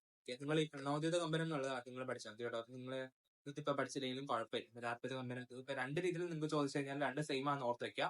എന്താണ് പ്രണോദിത കമ്പനം എന്താണെന്ന് ഓർത്ത് കഴിഞ്ഞാലും ഇത് തന്നെയാണ്. ബലാർപ്പിത കമ്പനവും പ്രണോദിത കമ്പനവും രണ്ടും സെയിം തന്നെയാണ് കേട്ടോ. അത് രണ്ട് എന്താണ് ഫോഴ്സ് വൈബ്രേഷൻ ആണ്. Okay. when an object vibrate due to the influence of an external force. Okay, അതാണ് ഇതെന്ന് പറയുന്നത് നമ്മുടെ ഫോഴ്സ്ഡ് വൈബ്രേഷൻ എന്ന് പറയുന്നത്. അതെന്ന് പറഞ്ഞാൽ ഇത്രേ ഉള്ളൂ. നമ്മളാണെന്നുണ്ടെങ്കിൽ പ്രണോദിത കമ്പനം ഉണ്ടാകുന്ന എങ്ങനെയാണെന്ന് വെച്ച് കഴിഞ്ഞാൽ ഞാൻ പറഞ്ഞല്ലോ, ഒരു വസ്തു ഇപ്പൊ ഞാനാണെന്നുണ്ടെങ്കിൽ ഇപ്പൊ ഞാൻ നേരത്തെ ഒരു ഫോണിന്റെ കാര്യം പറഞ്ഞില്ല, അത് വെച്ച് തന്നെ പറയാം. ഈ ഫോണാണെങ്കിൽ വൈബ്രേറ്റ് ഒന്നും ചെയ്യുന്നില്ല, പക്ഷെ ഞാനാണെന്നുണ്ടെങ്കിൽ കാരണം അത് വൈബ്രേറ്റ് ചെയ്തു, ഞാൻ കാരണം അത് വൈബ്രേറ്റ് ചെയ്തു. അതാണ് എന്തെന്ന് പറയുന്നത്, എന്തെന്ന് വേണമെങ്കിൽ പറയാം, നമ്മുടെ ഫോഴ്സ്ഡ് വൈബ്രേഷൻ ആണ്. ഫോഴ്സ്ഡ് വൈബ്രേഷൻ ഒക്കർ ചെയ്യുന്നതെന്ന് വെച്ച് കഴിഞ്ഞാൽ നമ്മളാണെന്നുണ്ടെങ്കിൽ ഒരു ഇൻഫ്ലുവൻസ്, നമ്മളാണെന്നുണ്ടെങ്കിൽ ഒരു എക്സ്റ്റേണൽ ഫോഴ്സ് കൊടുക്കുക.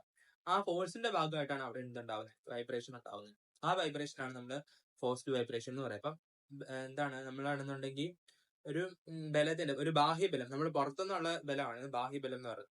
അതിന്റെ പ്രഭാവത്തിൽ ഒരു വസ്തു കമ്പനം ചെയ്യുമ്പോൾ ആണ് എന്തുണ്ടാവുന്നത്, നമ്മളുടെ പ്രണോദിത കമ്പനം ഉണ്ടാവുന്നത്, അല്ലെങ്കിൽ ബലാർപ്പിത കമ്പനം ഉണ്ടാവുന്നത്. ഓക്കെ, ബലാർപ്പിത കമ്പനം എന്ന് പറഞ്ഞാൽ ബലം അർപ്പിക്കുന്ന കൊണ്ടുണ്ടാവുന്ന കമ്പനം. പ്രണോദിത കമ്പനം എന്ന് പറഞ്ഞാൽ രണ്ട് സെയിം ആട്ടോ. ഈ ബലാർപ്പിത കമ്പനം വെച്ച് നിങ്ങൾ പഠിക്കുകയാണെന്നുണ്ടെങ്കിൽ നിങ്ങൾക്ക് ബലം അർപ്പിക്കുന്നതുകൊണ്ടുണ്ടാവുന്ന കമ്പനങ്ങളുണ്ട്. ഓക്കെ, സംഭവം കിട്ടിയല്ലോ. അടുത്തത് പറഞ്ഞാൽ example of forced vibration. Example of forced vibration ആണ് നമ്മുടെ മിക്സി ഒക്കെ എന്ന് പറയുന്നത്. മിക്സി ആണെന്നുണ്ടെങ്കിൽ ടേബിളിൽ ചെയ്യുമ്പോൾ ആ ടേബിളൊക്കെ ആണെന്നുണ്ടെങ്കിൽ ജസ്റ്റ് ഒന്ന് വൈബ്രേറ്റ് ചെയ്യും. ഓക്കെ, അത് അതിന് എക്സാമ്പിൾ ആണ് കേട്ടോ. അടുത്തതെന്ന് പറഞ്ഞാൽ ഞാനൊരു എക്സ്പെരിമെന്റ് ആണ് നമുക്ക് ഇവിടെ പോകുന്നത്. ഇവിടെ എയും ബി എന്ന് പറഞ്ഞിട്ട് A B C D E F എന്ന് പറഞ്ഞ് കൊടുത്തിട്ടുണ്ട് അല്ലെ. A B C D E F എന്ന് പറഞ്ഞ് കൊടുത്തിട്ടുണ്ട് അല്ലെ. അപ്പൊ ഇങ്ങനെ വന്നു കഴിഞ്ഞപ്പോ ഈ എ എന്ന് പറയുന്ന ആളിനെ ഞാനാണെന്നുണ്ടെങ്കിൽ എന്റെ കൈ വെച്ചിട്ട് ഇടി കൊടുത്തു, അല്ലെങ്കിൽ ഫോഴ്സ് കൊടുത്തു. അങ്ങനെ ഫോഴ്സ് കൊടുത്തു കഴിഞ്ഞപ്പം ഒരേ ആംപ്ലിറ്റ്യൂഡിൽ സിയും ഇയും നല്ലപോലെ എന്ത് ചെയ്തിട്ടുണ്ട്, ഒരേ ആംപ്ലിറ്റ്യൂഡിൽ മാക്സിമം ആംപ്ലിറ്റ്യൂഡ് എന്ന് പറയും. മാക്സിമം ആംപ്ലിറ്റ്യൂഡിനകത്താണ് അത് എന്ത് ചെയ്തത്, വൈബ്രേറ്റ് ചെയ്തത്. എല്ലാം വൈബ്രേറ്റ് ചെയ്തു. ഈ ബിയും ഡിയും എഫും ഒക്കെ വൈബ്രേറ്റ് ചെയ്തു. പക്ഷെ എ സി ഇ അതായിരുന്നു ഏറ്റവും മാക്സിമം ആയിട്ട് വൈബ്രേറ്റ് ചെയ്യുക. അതിന് കാരണം എന്താണ്? അതിന് കാരണം എന്ന് പറഞ്ഞു കഴിഞ്ഞാൽ നമുക്ക് ഇങ്ങോട്ട് പോവാം. ഓക്കെ, അതാണ് ഇവിടെ സംഭവിച്ച കാര്യം. ജസ്റ്റ് ഒന്ന് വായിച്ചു വിട്ടേക്കാം. ഇൻ ദ ഇമേജ് ബ്ലേഡ് എയും സിയും എന്താണ് ഇ എന്ന് പറയുന്നത് ഒരേ ലെങ്ത് ആണ്. അതെന്ന് പറഞ്ഞാൽ 13 ആണ്. then അടുത്ത ബ്ലേഡ്സ് എന്ന് പറഞ്ഞാൽ ബി ഡി എഫ് ആണ്. അതിനും സെയിം ലെങ്ത് ആണ്, അത് 17 ആണ്. ഇതെല്ലാം ഉറപ്പിച്ചേക്കുന്ന ഒരു വുഡൻ പ്ലാങ്കിനകത്ത് ഒരു തടി കഷ്ണത്തിലാണ്. അതാണ് ഇവിടെ തന്നെ പറഞ്ഞേക്കുന്നത്. അതിനുശേഷം ഞാൻ എനെ വൈബ്രേറ്റ് ചെയ്തു. നമ്മൾ ഫിംഗർ ഉപയോഗിച്ചോ ഇടി കൊടുത്താലും കുഴപ്പമില്ല. ഇടി വെച്ച് അപ്പൊ അത് തെറിച്ചു വരാം, പക്ഷെ എന്നാലും കുഴപ്പമില്ല. ഞാനാണെന്നുണ്ടെങ്കിൽ കൈ വെച്ച് ഞാൻ ചെയ്തു. ഓക്കെ, അതിന്റെ ഫിംഗർ ഒക്കെ വെച്ച് ഞാനാണെന്നുണ്ടെങ്കിൽ അതിനൊന്ന് ജസ്റ്റ് ഇളക്കി. അങ്ങനെ ഇളകി കഴിഞ്ഞപ്പോൾ അത് വൈബ്രേറ്റ് ചെയ്തു.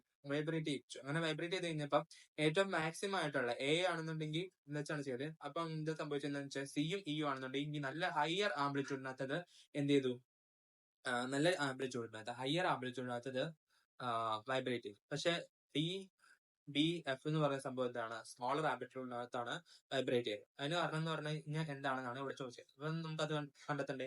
അതിന് കാരണം എന്ന് പറഞ്ഞു കഴിഞ്ഞാൽ എന്താണ്, ഈ എയുടെയും സിയുടെയും ഇയുടെയും സ്വാഭാവിക ആവൃത്തി എന്ന് പറയുന്നത് എന്താണ്, ഒരേ അവസ്ഥയിലാണ്. മീൻസ് ഒരേ രീതിയിലാണ്, നാച്ചുറൽ ഫ്രീക്വൻസി സെയിം ആയിട്ടാണ് വന്നത്.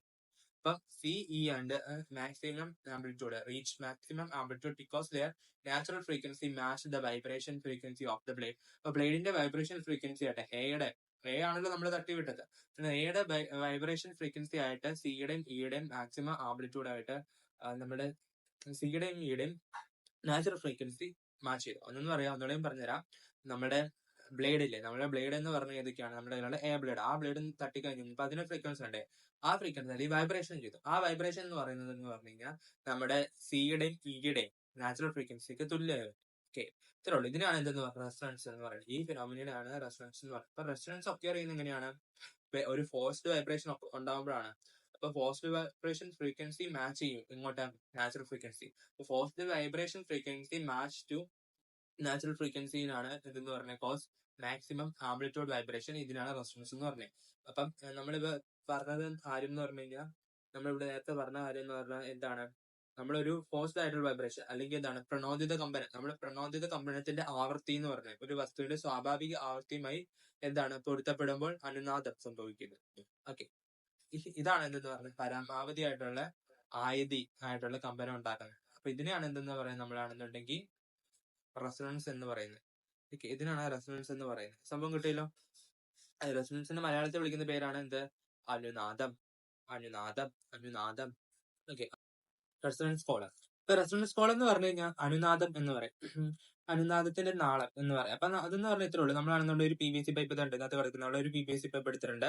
അതിനുശേഷം നമ്മൾ ഇങ്ങോട്ടേക്ക് വെച്ചു. ഓക്കെ, അപ്പൊ ഇതിനകത്തേക്ക് നമ്മൾ മുക്കി വെച്ചിട്ടുണ്ട്. അങ്ങനെ മുക്കി വെച്ച് കഴിഞ്ഞിട്ട് എന്താ സംഭവിച്ചതെന്ന് വെച്ച് കഴിഞ്ഞാൽ, നമ്മൾ ഇവിടെയുള്ള ഈ ടൂണിഫോർക്ക് ഉണ്ടാവും. ഈ ടൂണിഫോർക്ക് വെച്ചാൽ ഇങ്ങനെ ഒരു കൊട്ടി, അങ്ങനെ ടൂണിഫോർക്ക് വെച്ച് കൊട്ടി കഴിഞ്ഞിട്ട് ഞാനാണെന്നുണ്ടെങ്കിൽ ഈ PVC പൈപ്പ് മുകളിലേക്ക് പൊക്കുകയും അതുപോലെ തന്നെ താത്തുകയൊക്കെ ചെയ്ത് നോക്കി. അങ്ങനെ താത്തുകയൊക്കെ ചെയ്ത് കഴിഞ്ഞപ്പം ഏതൊരു ടൈം ആയി കഴിഞ്ഞപ്പം ഇവിടെയുള്ള എയറിന്റെയും അതേപോലെ തന്നെ ഈ ടൂണിഫോർക്കിന്റെ ഫ്രീക്വൻസിയും തമ്മിലുള്ള ഫ്രീക്വൻസി, നാച്ചുറൽ ഫ്രീക്വൻസിയും ഇതിനകത്തുള്ള വൈബ്രേഷന്റെ ഫ്രീക്വൻസിയും എന്തായി, ഒരേപോലെയായി. മീൻസ് എന്താണ്, ഒരു സെയിം ആയി മാറി. അതെന്ന് പറഞ്ഞാണ് റെസൊണൻസ് സംഭവിച്ചു. ഇവിടെ റെസൊണൻസ് സംഭവിച്ചു. അപ്പൊ എന്തായി, നല്ല ലൗഡ് ആയിട്ടുള്ള ഒരു വോയിസ് ഉണ്ടായി, ലൗഡ് ആയിട്ടുള്ള സൗണ്ട് ഉണ്ടായി. വോയിസ് അല്ല, സൗണ്ട് ഉണ്ടായി. ഓക്കെ, അതാണ് ഇവിടെ പറയുന്നത്. അത്രയാണ് പറയുന്നത്. അത് റെസൊണൻസ് കാരണമാണ് എന്നുള്ളൊരു അതിന്റെ ഒരു എക്സാമ്പിൾ ആണ്. എന്തെന്ന് വെച്ച് കഴിഞ്ഞാൽ, റെസൊണൻസിനെ കുറിച്ചുള്ള ഒരു എക്സാമ്പിൾ വെച്ച് കഴിഞ്ഞാൽ ഇത് നമുക്ക് പറയാം. ഓക്കെ, അത് ഇത്ര ഒരു എക്സ്പെരിമെന്റ് എന്നേ ഉള്ളൂ കേട്ടോ, ജസ്റ്റ് എന്ന് പറഞ്ഞേ ഉള്ളൂ. എ PVC പൈപ്പ് ഈസ് എന്താണ് submerged in a water and tuning fork is എന്താണ് held at the pipes open ആയിട്ടുള്ള എൻഡ്. ഓക്കെ, ഒരു എൻഡ്. ദെൻ അടുത്തതെന്ന് പറഞ്ഞു കഴിഞ്ഞാൽ നമ്മളിവിടെ പറഞ്ഞ പോലെ തന്നെയാണെന്നുണ്ടെങ്കിൽ ഒരു തുറന്ന അറ്റത്തിലേക്കാണെന്നുണ്ടെങ്കിൽ എന്താണ് PVC പൈപ്പിന്റെ ഒരു അഗ്രം തുറന്നതാണെന്നുണ്ടെങ്കിൽ നമ്മളാണെന്നുണ്ടെങ്കിൽ അകത്തേക്ക് വെക്കുക, വെള്ളത്തിന്റെ അകത്തേക്ക് ബക്കറ്റിനകത്ത്. അതിനുശേഷം മറ്റേ സൈഡിനകത്ത് എന്ത് ചെയ്യുക, നമ്മളാണെന്നുണ്ടെങ്കിൽ നമ്മുടെ ടൂണിഫോർക്ക് വെക്കാനാണ് പറഞ്ഞത്. ടൂണിഫോർക്ക് വെക്കാനാണ് പറഞ്ഞത്, കൊട്ടിയിട്ട് വെക്കാൻ. അങ്ങനെ വന്നു കഴിയുമ്പോൾ എന്താണ്, ഇത് പൈപ്പ് എന്നിട്ട് നമ്മൾ ലിഫ്റ്റ് ചെയ്യുക. ഇപ്പം എയർ ഇൻ ദ കോളം എന്താണ് നമ്മൾക്ക് കാണുന്നുണ്ട് ലെങ്ത് ചേഞ്ച് ചെയ്യും. ഇപ്പൊ നമുക്ക് കോളം എന്ന് പറഞ്ഞാൽ ഇതാണ്, ഈ സംഭവമാണ് കോളം എന്ന് പറയുന്നത്. ഇതിന്റെ അകത്തുള്ള എയർ ഇത് നമ്മളാണെന്നുണ്ടെങ്കിൽ മുകളിലേക്ക് ആക്കുമ്പോൾ നമുക്ക് ഇപ്പൊ ഇത്രയും വെള്ളമാണെന്ന് എഴുതിക്കോ. നമ്മൾ ഇത് ഇച്ചിരി കൂടി പൊക്കി കഴിഞ്ഞ് കഴിയുമ്പോൾ എന്താ, ഇത്രയും വരെയാണ് ഈ സാധനം. ഇവിടെ ഉണ്ടായിരുന്ന സംഭവം നമ്മുടെ ആ ഭാഗം കാണിച്ചു തരാം. ഈ ഭാഗം ഈ ഭാഗം എന്തായി, ഇങ്ങോട്ടേക്ക് വന്നു, നമ്മളിത് മുകളിലേക്ക് നോക്കിയപ്പോ. അപ്പൊ എന്നാ സംഭവിച്ചെന്ന് പറഞ്ഞാൽ, ഇപ്പൊ ഇത്രയും വെള്ളമാണെന്നുണ്ടെങ്കിൽ പിന്നെ ഉള്ളത് ഇത്രയും വെള്ളമുള്ളൂ, ബാക്കി ഫുൾ എന്താണ്, എയർ ആയി മാറി. അപ്പൊ അങ്ങനെ നമുക്ക് അവിടെ വന്നു കഴിഞ്ഞപ്പോ അങ്ങനെ എന്തോ സംഭവിച്ചു കഴിഞ്ഞപ്പം നമ്മുടെ അവിടെ ഉണ്ടാകുന്ന എയറിന്റെ ഫ്രീക്വൻസി അപ്പം എന്താവും, നമ്മുടെ ഇവിടെ കൊട്ടുന്ന ടൂണിഫോർക്കിന്റെ ഫ്രീക്വൻസി ആയിട്ട് സെയിം ആയിട്ട് മാറി. അങ്ങനെ സെയിം ആയിട്ട് മാറിയപ്പോഴാണ് എന്ത് സംഭവിച്ചത്, വലിയ സൗണ്ട് ഉണ്ടായത്. ഓക്കെ, അപ്പൊ വേറെ ടൂണിഫോർക്ക് എന്താണ് സംഭവിച്ചത് നോക്കിക്കേ. Match the air columns natural frequency, the sound become louder due to the increase of the vibration vibration amplitude. അപ്പൊ ടൂണിഫോർക്കിന്റെ ആവർത്തി വായുനിരയുടെ സ്വാഭാവിക ആവർത്തിയും എന്താണ് പൊരുത്തപ്പെട്ടപ്പോഴാണ് വർദ്ധിച്ച കമ്പനം, നല്ല രീതിയിലുള്ള സൗണ്ട്, അതാണ് എന്താണ് ഉച്ചത്തിലുള്ള ശബ്ദത്തിന് കാരണമായത്. ഓക്കെ, നമ്മൾ ഇത് യൂസ് ചെയ്യുന്നത്, നമ്മൾ ഇത് എവിടേക്ക് യൂസ് ചെയ്യുന്നത് നോക്കാം. ഓക്കെ, നമ്മൾ സൗണ്ട് വേവ്സ് ഒക്കെ നമ്മൾ അതുപോലെ വൈബ്രേഷൻ നമ്മൾ യൂസ് ചെയ്യുന്നത് എവിടെയാണ്, MRI സ്കാനിങ്ങിനകത്ത്, അതുപോലെ റേഡിയോ ട്യൂണും ചെയ്യാൻ മ്യൂസിക്കൽ ഇൻസ്ട്രുമെന്റ്സ്. ഇപ്പൊ ഞാനൊരു നേരത്തെ കാണിച്ചിട്ടുണ്ടെന്ന് എന്റെ ഓർമ്മ.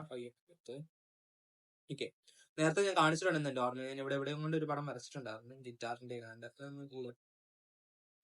പടം വരച്ചില്ല. ഗിറ്റാർ. ഓക്കെ, അതുണ്ടോ, ഇതൊക്കെ ഇതേപോലെ ഞാൻ കൊട്ടിക്കഴിഞ്ഞാൽ സൗണ്ട് ഉണ്ടാവും എന്ന് പറഞ്ഞില്ലായിരുന്നു. അവിടെ ആണെന്നുണ്ടെങ്കിൽ ആ കമ്പനിനകത്ത് ഞാനാണെന്നുണ്ടെങ്കിൽ അണി കഴിയുമ്പോൾ സൗണ്ട് ഉണ്ടാവും പറഞ്ഞു. ഓക്കെ, അങ്ങനെയുള്ള സൗണ്ട് ഉണ്ടാക്കാനും ഒക്കെ നമ്മൾ യൂസ് ചെയ്യുന്നുണ്ടല്ലോ. അപ്പൊ അതേപോലെയാണ് ഞാൻ ഇവിടെയും പറഞ്ഞത്. ഓക്കെ, അതൊക്കെയാണ് ഇതിനകത്ത് വരുന്നത്. അപ്പൊ അതൊക്കെ ഓർത്ത് വെക്കുക. പിന്നെ സംഗീത ഉപകരണം തന്നെയാണ് മ്യൂസിക്കൽ ഇൻസ്ട്രുമെന്റ്സ്. പിന്നെ എന്താണ് സ്റ്റെതസ്കോപ്സ്, അതെന്ന് പറഞ്ഞു കഴിഞ്ഞാൽ നമ്മുടെ ഹെഡ് ബീറ്റ് അളക്കാനായിട്ട്. ദെൻ പിന്നെ എന്ന് പറഞ്ഞാൽ മൈക്രോഫോൺസ്, ഇൻസ്ട്രുമെന്റ്സ് ലൈക്ക് ട്രംപറ്റ്, അതുപോലെ തന്നെ ഓഡിയോ വാണി എന്നൊക്കെ പറയുന്ന സംഭവങ്ങളൊക്കെ ഉണ്ട്. അത് അങ്ങനെയുള്ള പല ഇൻസ്ട്രുമെന്റ്സ് ഉണ്ട്, അതുപോലെ ഉപകരണങ്ങളുണ്ട്. അതൊക്കെ മൈക്രോഫോൺസ് ഉണ്ട്. അതൊക്കെ ആണെന്നുണ്ടെങ്കിൽ എക്സാമ്പിൾസ് ആണ്. ദെൻ അടുത്ത നമുക്ക് വേവ് മോഷൻ ആണ്. ഇപ്പൊ വേവ് മോഷനകത്ത് നമുക്ക് കാണുന്നുണ്ടെങ്കിൽ നമുക്ക് വേവ് മോഷൻ എന്ന് പറഞ്ഞ ഒരു കണ്ടിന്യൂസ് ആയിട്ടുള്ള എന്താണ് ട്രാൻസ്മിറ്റിംഗ് ഓഫ് എനർജിയാണ്. വേവ് മോഷൻ എന്ന് പറഞ്ഞ ഇത്രേ ഉള്ളൂ. നമ്മുടെ ഒരു എനർജിയാണെന്നുണ്ടെങ്കിൽ കണ്ടിന്യൂസ് ആയിട്ട് ട്രാൻസ്മിറ്റ് ചെയ്യുകയാണ്. എവിടുന്ന്, ഒരു part of medium to other part of the medium. അങ്ങനെ വൈബ്രേറ്റ് ചെയ്തിട്ടുണ്ട്. ഇങ്ങനെ വൈബ്രേറ്റ് ചെയ്ത് ഇതേപോലെ ഇത് മാത്രമല്ല, പല രീതിയിലുള്ള വൈബ്രേഷൻ ഉണ്ട്. ഇങ്ങനെ വൈബ്രേറ്റ് ചെയ്ത് അത് എങ്ങോട്ട് പോവാണ്, വൈബ്രേറ്റ് ചെയ്തുകൊണ്ടിരിക്കുകയാണ്. അത് വൈബ്രേറ്റ് ചെയ്ത് എന്ത് സംഭവിക്കുന്നത്, വൈബ്രേറ്റ് ചെയ്തുകൊണ്ടിരിക്കുകയാണ്. എന്നിട്ട് അതാണെന്നുണ്ടെങ്കിൽ എനർജീനെ എന്ത് ചെയ്യും, ഒരു പാർട്ടിൽ നിന്ന് മറ്റൊരു പാർട്ടിലേക്ക് എന്ത് ചെയ്യും, ഇന്ന് വൈബ്രേറ്റ് ചെയ്ത എനർജീനെ ട്രാൻസ്മിറ്റ് ചെയ്തുകൊണ്ടേയിരിക്കും. ഓക്കെ, അപ്പൊ തരംഗ ചലനം എന്ന് പറയുന്നത് മാധ്യമത്തിന്റെ ഒരു ഭാഗത്ത് നിന്ന് മറ്റൊരു ഭാഗത്തേക്ക് കണികളുടെ കമ്പനം മൂലം ഊർജത്തിന്റെ തുടർച്ചയായി കൈമാറ്റമാണ്. എന്താണ് വേവ് മോഷൻ എന്ന് കിട്ടിയാലോ. അപ്പൊ ഇങ്ങനെ വേവ് മോഷൻ എന്ന് പറഞ്ഞു കഴിഞ്ഞാൽ ഇതൊരു വേവ് ആണല്ലോ. അപ്പം ഇവിടെ നിൽക്കുന്ന എനർജി, ഇപ്പം നിങ്ങൾക്കാണെന്നുണ്ടെങ്കിൽ ഏറ്റവും എക്സാമ്പിൾ ആയിട്ട് പറയുകയാണെന്നുണ്ടെങ്കിൽ നമ്മളാണെങ്കിൽ ഒരു കയറെടുത്തിട്ട് ഇങ്ങനെ നമ്മൾ നല്ല കുടഞ്ഞു കയറാണെന്നുണ്ടെങ്കിൽ നമ്മൾ നേരെ ആയിട്ട് ഇങ്ങനെ ഇട്ടേക്കുക. എന്നിട്ട് നമ്മളാണ് അതിന്റെ ഏതൊരു അറ്റത്ത് പോയിട്ട് ഞാൻ കാണിച്ചുതരാം. വന്നിട്ട് ഇവിടെ ഒരു പടം പോലെ വരച്ച് കാണിച്ചത്. ഇതൊരു കുട്ടി. ഈ കുട്ടിയാണെന്നുണ്ടെങ്കിൽ ഇങ്ങനെ കയറി ഇങ്ങനെ നേരത്തെ ഇട്ടേക്കുക. അതിനുശേഷം ഈ അറ്റത്ത് കയറി പിടിച്ചു. അതിനുശേഷം എന്ത് മുകളിലേക്ക് ഇത് ഉയർത്തി. അങ്ങനെ ഉയർത്തി കഴിഞ്ഞ് കഴിഞ്ഞപ്പോ ഇത് ഇങ്ങനെ പടഞ്ഞു എന്ന് കാണാൻ പാടില്ല.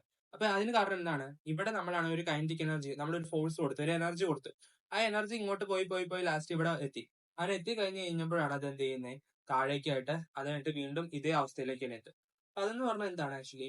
അതെന്ന് പറഞ്ഞു കഴിഞ്ഞാൽ എന്താണ്, നമുക്കൊരു വേവ് പോലെ ഒരു ചലനം, ഒരു മോഷന്റെ രീതിയിൽ എന്ത് ചെയ്യാണ്, എനർജി ട്രാൻസ്മിറ്റ് ചെയ്ത് പോയേക്കാം. അതാണ് എന്തെന്ന് പറഞ്ഞാൽ നമ്മുടെ തരംഗ ചലനം. വേവിന്റെ ഒരു പാറ്റേൺ യൂസ് ചെയ്യുന്നുണ്ടെങ്കിൽ അതൊരു കണ്ടിന്യൂസ് ആണ്. ഇപ്പൊ ഇതെന്ന് പറഞ്ഞാൽ ജസ്റ്റ് ഇവിടെ എത്തിക്കഴിഞ്ഞപ്പോൾ എൻഡ് ചെയ്തു. പക്ഷെ ഇത് കണ്ടിന്യൂസ്, എപ്പോഴും ഇങ്ങനെ പോയിക്കൊണ്ടേ ഇരിക്കണം. അത് കണ്ടിന്യൂസ് ആയിട്ടുള്ള കാര്യങ്ങളാണ്. അപ്പൊ കണ്ടിന്യൂസ് ആയിട്ടുള്ളതാണ്. അപ്പൊ അതെന്ന് പറഞ്ഞാണ് വേവ് മോഷൻ. വേവ് മോഷൻ നമുക്കാണെന്നുണ്ടെങ്കിൽ രണ്ടായിട്ട് തരംതിരിക്കാം. ഒന്നെന്ന് പറഞ്ഞു കഴിഞ്ഞാൽ നമുക്കാണ് മീഡിയം ആവശ്യമുള്ളത്, മീഡിയം ആവശ്യമില്ലാത്ത. അപ്പൊ മാധ്യമം ആവശ്യമുള്ളത്, മാധ്യമം ആവശ്യമില്ലാത്ത. ഇപ്പൊ ചില ഇതൊക്കെയാണ്, ചില വേവ്സിനാണെന്നുണ്ടെങ്കിൽ ഇപ്പം വെള്ളത്തിലൂടെ പോകാം. നമുക്കാണെന്നുണ്ടെങ്കിൽ പറയുകയാണെന്നുണ്ടെങ്കിൽ വെള്ളം വേണം, ഒന്നെങ്കിൽ വെള്ളത്തിലൂടെ ആയിരിക്കും പോകാൻ പറ്റുള്ളൂ. അല്ലെങ്കിൽ ആണെന്നുണ്ടെങ്കിൽ ലൈറ്റിലോ ഇപ്പൊ പറയുകയാണെന്നുണ്ടെങ്കിൽ വായു വേണം. അങ്ങനെ അതേപോലെ ആണെന്നുണ്ടെങ്കിൽ ഓരോ മീഡിയം ആവശ്യമുണ്ട്. ചിലപ്പോൾ ഗ്ലാസ്സിലൂടെയൊക്കെ പോകണം. അതൊക്കെയാണ് അതിന്റെ മീഡിയം എന്ന് പറയുന്നത്. അങ്ങനെ ഇതൊന്നും ഇല്ലെങ്കിൽ പോലും, ഇപ്പം വെള്ളമില്ല, വായു ഇല്ല, ഒന്നും ഇല്ലെങ്കിൽ പോലും എന്ത് ചെയ്യും, പോകുന്ന ആളുകളുണ്ട്. ഇപ്പം അങ്ങനെയുള്ള ആളുകളും ഉണ്ട്, വേവ്സ് ആയിട്ടുള്ള ആളുകൾ. അപ്പൊ അങ്ങനെ പല പല ആളുകളുണ്ട്. ഇപ്പൊ ഞാൻ എക്സാമ്പിൾ ആയിട്ട് പറയുകയാണെന്നുണ്ടെങ്കിൽ നമുക്കാണെന്നുണ്ടെങ്കിൽ ഇത് നിങ്ങൾ എക്സാമ്പിൾ ആണ്, പക്ഷെ ജസ്റ്റ് എക്സാമ്പിൾ ആയിട്ട് ഞാൻ നിങ്ങൾക്കൊരു മനസ്സിലാക്കാൻ വേണ്ടി പറയുന്നേ ഉള്ളൂ കേട്ടോ. ഓക്കെ, എക്സാമ്പിൾ എന്ന് പറഞ്ഞാൽ കാറ് പോകാൻ എന്ത് വേണം, പാത്ത് വേണം അല്ലെ, നമുക്ക് ഒരു റോഡ് വേണം അല്ലെ.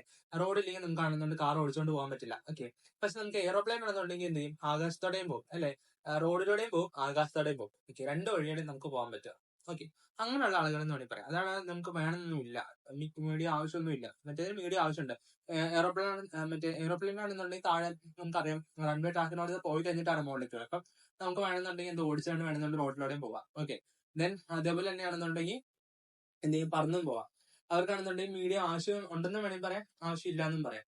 ഓക്കെ, ഈ മീഡിയം എന്ന് പറഞ്ഞാൽ അതിന്റെ പാത്താണ്. ആക്ച്വലി പാത്ത് നമുക്ക് പോകാനുള്ള ഒരു സ്പേസ് എന്ന് വേണമെങ്കിൽ പറയാം. ഇന്ന വഴി എന്നുള്ള രീതിയിൽ വേണമെങ്കിൽ നമുക്ക് അത് വ്യാഖ്യാനിക്കാം. ആ രീതിയിലൊന്നും വേണമെങ്കിൽ നമുക്ക് അനുമാനിക്കാം. ഓക്കെ, അപ്പം അങ്ങനെ നമുക്ക് പറയാം. ദെൻ നമുക്ക് കാർ എടുത്തു കഴിഞ്ഞാൽ കാറിനാണെന്നുണ്ടെങ്കിൽ ആകാശത്തോടെ ഇപ്പൊ സഞ്ചരിക്കാൻ പറ്റില്ല, റോഡ് വേണം. ഓക്കെ, ഭൂമി തന്നെ വേണം. ഓക്കെ, അതാണ് ഇവിടെ പറയുന്നത്. അതേപോലെ അപ്പം ആവശ്യമായിട്ടുള്ളത് നമുക്ക് വേവിനാണെന്നുണ്ടെങ്കിൽ സഞ്ചരിക്കാൻ മീഡിയം ആവശ്യമുള്ളതാണ് സീസ്മിക് വേവ്, അല്ലെങ്കിൽ ഭൂകമ്പ തരംഗം. സീസ്മിക് വേവ് അല്ലെങ്കിൽ ഭൂകമ്പ തരംഗം. എർത്ത് ക്വിക്ക് ഉണ്ടാക്കുന്നതുകൊണ്ടാണ് ഭൂകമ്പ തരംഗം എന്ന് പറയുന്നത്. സീസ്മിക് വേവ് എന്ന് വിചാരിച്ചാൽ മതി കേട്ടോ. അതുപോലെ തന്നെ സൗണ്ട് വേവ്, ശബ്ദത്തിന്റെ തരംഗങ്ങൾ, ജലത്തിലെ തരംഗങ്ങൾ. അപ്പം അതാണ് ഓർത്ത് വയ്ക്കുക. അതുപോലെ തന്നെ മറ്റേതിനകത്ത് പറഞ്ഞാണ് എന്താണ് റേഡിയോ വേവ്സ്, ലൈറ്റ് വേവ്, അതുപോലെ തന്നെ എക്സ്റേ വേവ്സ്. ഇത്തരം കാര്യങ്ങളാണ് അതിനകത്ത് വരുന്നത്. ഓക്കെ, പ്രകാശ തരംഗങ്ങളാണ് എന്ത് ലൈറ്റ് വേവ് എന്ന് പറയുന്നത്. നമുക്ക് വിബ്ജിയോർ പഠിച്ചിട്ടില്ലേ, ആ വിബ്ജിയോർ ആണ് ലൈറ്റ് വേവ്സ് കേട്ടോ. അറിഞ്ഞിരിക്കുക. ദെൻ അടുത്തതെന്ന് പറഞ്ഞു കഴിഞ്ഞാൽ നമുക്കാണ് വേവ്സ് നമുക്കാണെന്നുണ്ടെങ്കിൽ ഇച്ചിരി ഡിവൈഡ് ചെയ്യാം. ഓക്കെ, വേവ്സ് നമുക്കൊന്ന് ഡിവൈഡ് ചെയ്യാം. വേവ് എന്ന് പറയുന്ന സംഭവം അല്ലെങ്കിൽ തരംഗം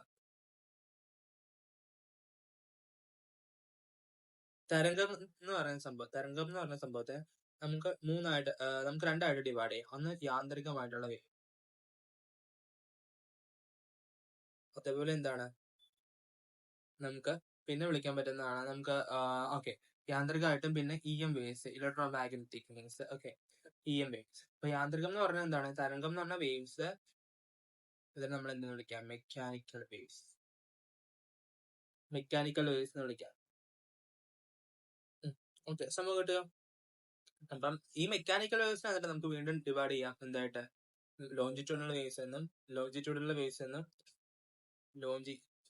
അതുവരെ എന്താണ് ട്രാൻസ്വേഴ്സ് വേവ്. നമുക്കാണെന്നുണ്ടെങ്കിൽ അതിനെ എന്തൊക്കെ വിളിക്കാം, നമുക്കാണ് അനുപ്രസ്ഥ തരംഗം എന്നും അനുദൈർഘ്യ തരംഗം എന്നും വിളിക്കാം. ഓക്കെ, ഇപ്പൊ മെക്കാനിക്കൽ വേവ്സ് എന്തെന്ന് പറഞ്ഞു കഴിഞ്ഞാൽ മെക്കാനിക്കൽ ആയിട്ടുള്ള വേവ് ആണ്. മെക്കാനിക്കൽ വേവ് എന്ന് പറഞ്ഞാൽ ഒരു മെക്കാനിക്കൽ ആയിട്ടുള്ള വേവ് ആണ്. എന്താണ് മെക്കാനിക്കൽ ആയിട്ടുള്ള വേവ്? ഓക്കെ, മെക്കാനിക്കൽ വേവ് എന്ന് പറഞ്ഞാൽ ഇത്രേ ഉള്ളൂ. ഇതെന്ന് പറഞ്ഞു കഴിഞ്ഞാൽ എന്താണ്, നമുക്കാണെന്നുണ്ടെങ്കിൽ മെക്കാനിക്കൽ ആയിട്ടുള്ള വേവ് എന്ന് വെച്ച് കഴിഞ്ഞാൽ പ്രൊപ്പഗേഷൻ ചെയ്യാൻ നമുക്കാണ് വേവ്സ് റിക്വയർ പ്രൊപ്പഗേഷൻ. എന്താണ് അതിന് പ്രൊപ്പഗേഷൻ ചെയ്യാൻ ഒരു മീഡിയം ആവശ്യമുള്ളതിനാണ് മെക്കാനിക്കൽ വേവ്സ് എന്ന് പറയുന്നത്. അതെന്താണ്, പ്രസരണത്തിനാണെന്നുണ്ടെങ്കിൽ മാധ്യമം ആവശ്യമായിട്ടുള്ള തരംഗമാണ് യാന്ത്രിക തരംഗങ്ങൾ എന്ന് പറയുന്നത്. ഓക്കെ, അതിന് നമുക്ക് രണ്ടായിട്ട് ഡിവൈഡ് ചെയ്തിട്ടുണ്ട്, ഒന്ന് ട്രാൻസ്വേഴ്സ് വേവ് എന്ന്, ലോഞ്ചിറ്റ്യൂഡിനൽ വേവ്സ്. ഓക്കെ, അതിനാണ് എന്തെന്ന് അനുപ്രസ്ഥ തരംഗം എന്ന്, അനുദൈർഘ്യ തരംഗം എന്ന് വിളിക്കുന്നത്. ഇനി ഇലക്ട്രോമാഗ്നറ്റിക് വേവ് എന്ന് പറഞ്ഞു കഴിഞ്ഞാൽ വൈദ്യുത കാന്തിക തരംഗം എന്ന് പറയും. അതാണ് EM വേവ്സ് എന്ന് പറയുന്നത് കേട്ടോ. EM വേവ്സ് എന്ന് പറയുന്നത്. അപ്പൊ അതെന്ന് പറഞ്ഞാൽ എന്താണ്, അതിനാണ് ഈ മീഡിയം ആവശ്യമില്ല. മീഡിയം ആവശ്യമില്ലാത്തവയാണ്. അതിനെന്താ ആവശ്യമില്ല? മാധ്യമം ആവശ്യമില്ലാത്ത തരംഗത്തിന്റെ പ്രസരണത്തിനുണ്ടെങ്കിൽ ആവശ്യമില്ലാത്തവയാണ്. ഇതിന് എക്സാമ്പിൾ ആണ് എന്തെന്ന് പറഞ്ഞേ? Radio wave, microwave, infrared, visible light, ultra violet, X ray, gamma ray. അതെന്ന് പറഞ്ഞാൽ റേഡിയോ തരംഗങ്ങൾ, മൈക്രോവേവ്, അതേപോലെ തന്നെ ആണെന്നുണ്ടെങ്കിൽ ഇൻഫ്രാറെഡ് തരംഗങ്ങൾ, സൂര്യപ്രകാശങ്ങൾ, അൾട്രാ വയലറ്റ് കിരണങ്ങൾ, എക്സ്റേ കിരണങ്ങൾ, ഗാമ കിരണങ്ങൾ, ഇങ്ങനെയൊക്കെ വരുന്നതൊക്കെ എന്തിന് എക്സാമ്പിൾ ആണ്? ഇതിന് എക്സാമ്പിൾ ആണ് കേട്ടോ. അപ്പൊ അതൊക്കെ അറിഞ്ഞിരിക്കുക കേട്ടോ. ഓക്കെ. അടുത്തതെന്ന് പറഞ്ഞാൽ ട്രാൻസ്വേഴ്സ് വേവ് ആണ്. ട്രാൻസ്വേഴ്സ് വേവ് എന്ന് പറഞ്ഞാൽ ഇത്രേ ഉള്ളൂ.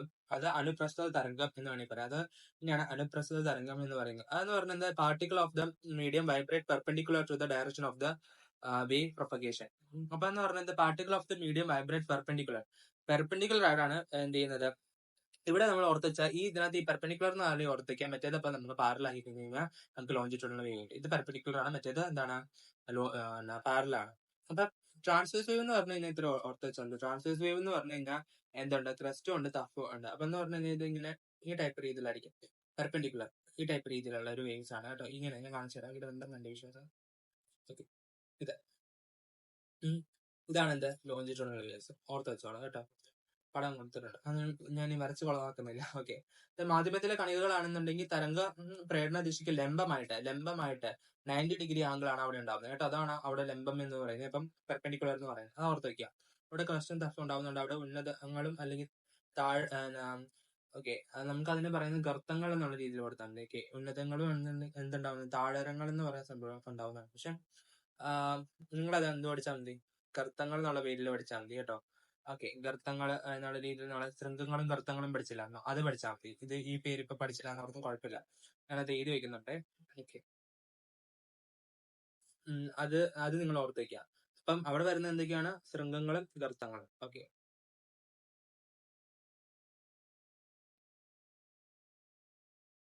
എന്തൊക്കെയാണ്? ഒന്നുകൂടെ പറഞ്ഞ ശൃംഗങ്ങൾ, അതുപോലെ തന്നെ എന്താണ്? ഗർത്തങ്ങൾ. ശൃംഗങ്ങൾ, അതുപോലെ എന്താണ്? ഗർത്തങ്ങൾ. ഇറാട്ടോ, ഇത് ഇറാണ്. ഗർത്തങ്ങൾ. ഓക്കെ, ഇത് ഓർത്ത് വെച്ചോളാണ്.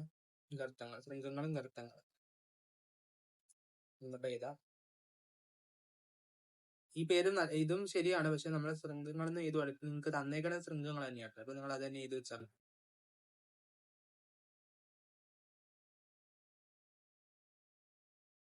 മറ്റേതിന് പറയുന്ന പേരാണ് എന്ത്? ഗർത്തങ്ങൾ.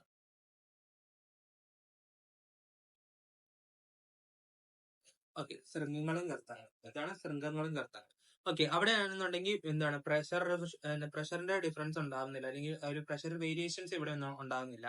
അപ്പൊ എന്താണ്? മാധ്യമത്തിലാണെന്നുണ്ടെങ്കിൽ മർദ്ദ വ്യത്യാസം ഉണ്ടാവുന്നില്ല. ഇതെന്നൊക്കെ പറയാൻ എന്താണ്? ജലത്തിലെ ഉപരിതലത്തിലുണ്ടാവുന്ന തരംഗങ്ങള് അതന്നെ വലിച്ചു നീട്ടിയ കമ്പിയിലെ തരംഗങ്ങൾ. ഓക്കെ, അപ്പൊ നമ്മളാണെങ്കിൽ ഒരു സ്ട്രിങ് ആണെന്നുണ്ടെങ്കിൽ, ഒരു കമ്പി ആണെന്നുണ്ടെങ്കിൽ വലിച്ചു നീട്ടുവാണെന്നുണ്ടെങ്കിൽ അതവിടെ ഉണ്ടാവുന്ന തരംഗം എന്നൊക്കെ പറയുന്നത് ഇതിന് എക്സാമ്പിൾ. അപ്പൊ ഈ എക്സാമ്പിൾസ് തന്നെ പഠിച്ചു വെക്കുന്നത് മസ്റ്റ് ഇമ്പോർട്ടന്റ് ആണ്. ഇത് ഈ ഭാഗം എന്ന് പറഞ്ഞാൽ വളരെ ഇമ്പോർട്ടന്റ് ആണ്. ട്രാൻസ്വേഴ്സ് വേവ് എന്ന് പറയുന്ന സംഭവം തന്നെ ഇമ്പോർട്ടന്റ് ആണ്. ഇമ്പോർട്ടന്റ് ടോപ്പിക് എന്നുള്ള ഒരു ഭാഗം ഇട്ടിട്ടുണ്ടായിരുന്നല്ലോ. ആ വീഡിയോ കണ്ടിട്ടില്ലെങ്കിൽ അതെന്നായാലും ഇതിന്റെ കഴിഞ്ഞ് കഴിയുമ്പോൾ, ഈ വീഡിയോ കഴിഞ്ഞ് കഴിയുമ്പോൾ നിങ്ങൾ കാണണം കേട്ടോ. ദെൻ അടുത്ത ലോഞ്ചിറ്റ്യൂഡിനൽ വേവ്സ് ആണ്. ലോഞ്ചിറ്റ്യൂഡിനൽ എന്ന് പറയുന്ന അനുദൈർഘ്യ തരംഗമാണ്. അതിനർത്ഥം തന്നെ ദൈർഘ്യമായിട്ട് പോവുകയാണ് എന്ന് ഓർത്ത് വെച്ചാൽ മതി. ദൈർഘ്യം, ദൂരം കൂടുതലാണ് എന്നുള്ള രീതിയിൽ ഓർത്ത് വെച്ചാൽ മതി. ഓക്കെ, അതെന്ന് പറഞ്ഞാൽ എന്തൊക്കെയാണ്? അതെന്ന് പറഞ്ഞാൽ മാധ്യമത്തിലെ കണികകളാണെന്നുണ്ടെങ്കിൽ എന്താണ്? തരംഗ പ്രസരണ ദിശയ്ക്കാണെന്നുണ്ടെങ്കിൽ സമാന്തരമായിട്ടാണ് കമ്പനി ചെയ്യുന്നത്. ഇവിടെ സംഭവിക്കുന്നത് എന്താണ്? പാരലൽ ആയിട്ടാണ് എന്താണ് പ്രൊപ്പഗേഷൻ ചെയ്യുന്നത്. The particle of the medium vibrate എന്താണ്? Parallel to the direction of the wave propagation. അത് ഓർത്ത് വയ്ക്കുക. അത് അങ്ങനെ തന്നെ പഠിച്ചു വെക്കുക. അപ്പൊ ഇതിനകത്ത് പാരലൽ എന്നുള്ളത് ഓർമ്മ മാറ്റി കഴിഞ്ഞാൽ പെർപെൻഡിക്കുലർ ആയി കഴിഞ്ഞാൽ അതെന്തായി? Transverse wave. അത് കിട്ടിയല്ലോ. ദെൻ ഇവിടെ ഉണ്ടാവുന്ന എന്താണ്? കംപ്രഷൻസ് അതുപോലെ റെയർ ഫ്രാക്ഷനുകളുമാണ്. ഓക്കെ, കംപ്രഷൻസ് അതേപോലെ ആണെന്നുണ്ടെങ്കിൽ റെയർ ഫ്രാക്ഷനുമാണ്. അപ്പൊ അവിടെ ഉണ്ടാവുന്ന എന്തൊക്കെയാണ്? കംപ്രഷൻ അതുപോലെ തന്നെ റെയർ ഫ്രാക്ഷൻ ആണ്. അത് ഓർത്തേക്ക്. കംപ്രഷൻസും അതേപോലെ എന്താണ്? ഇവിടെ ഉണ്ടാവുന്ന റെയർ ഫ്രാക്ഷൻസും ആണ്. ഇവിടെ നമുക്കാണെന്നുണ്ടെങ്കിൽ മലയാളത്തിൽ ഞാൻ കൊടുത്തേക്കുന്നത് ജസ്റ്റ് ഇതുണ്ട്. എന്താണ്?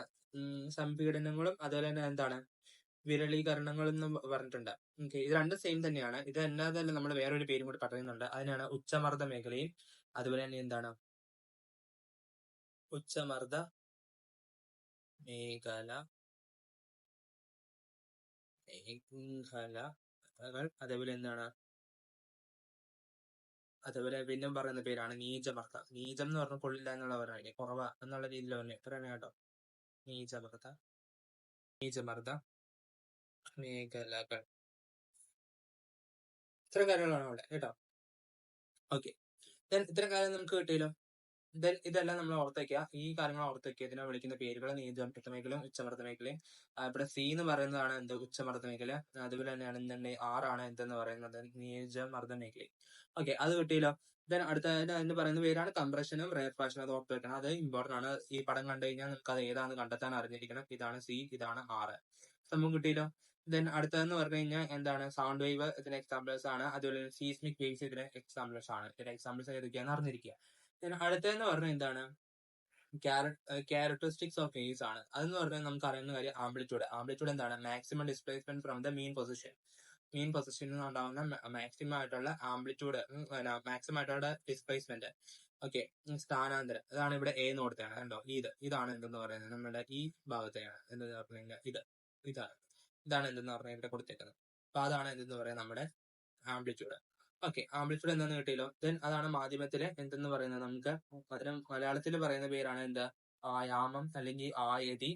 അതാണ് എന്തെന്ന് പറഞ്ഞാൽ സ്ഥാനഭ്രംശം അല്ലെങ്കിൽ സ്ഥാനാന്തരമാണത് അവിടെ സംഭവിക്കുന്നത്. സംഭവം കിട്ടിയല്ലോ.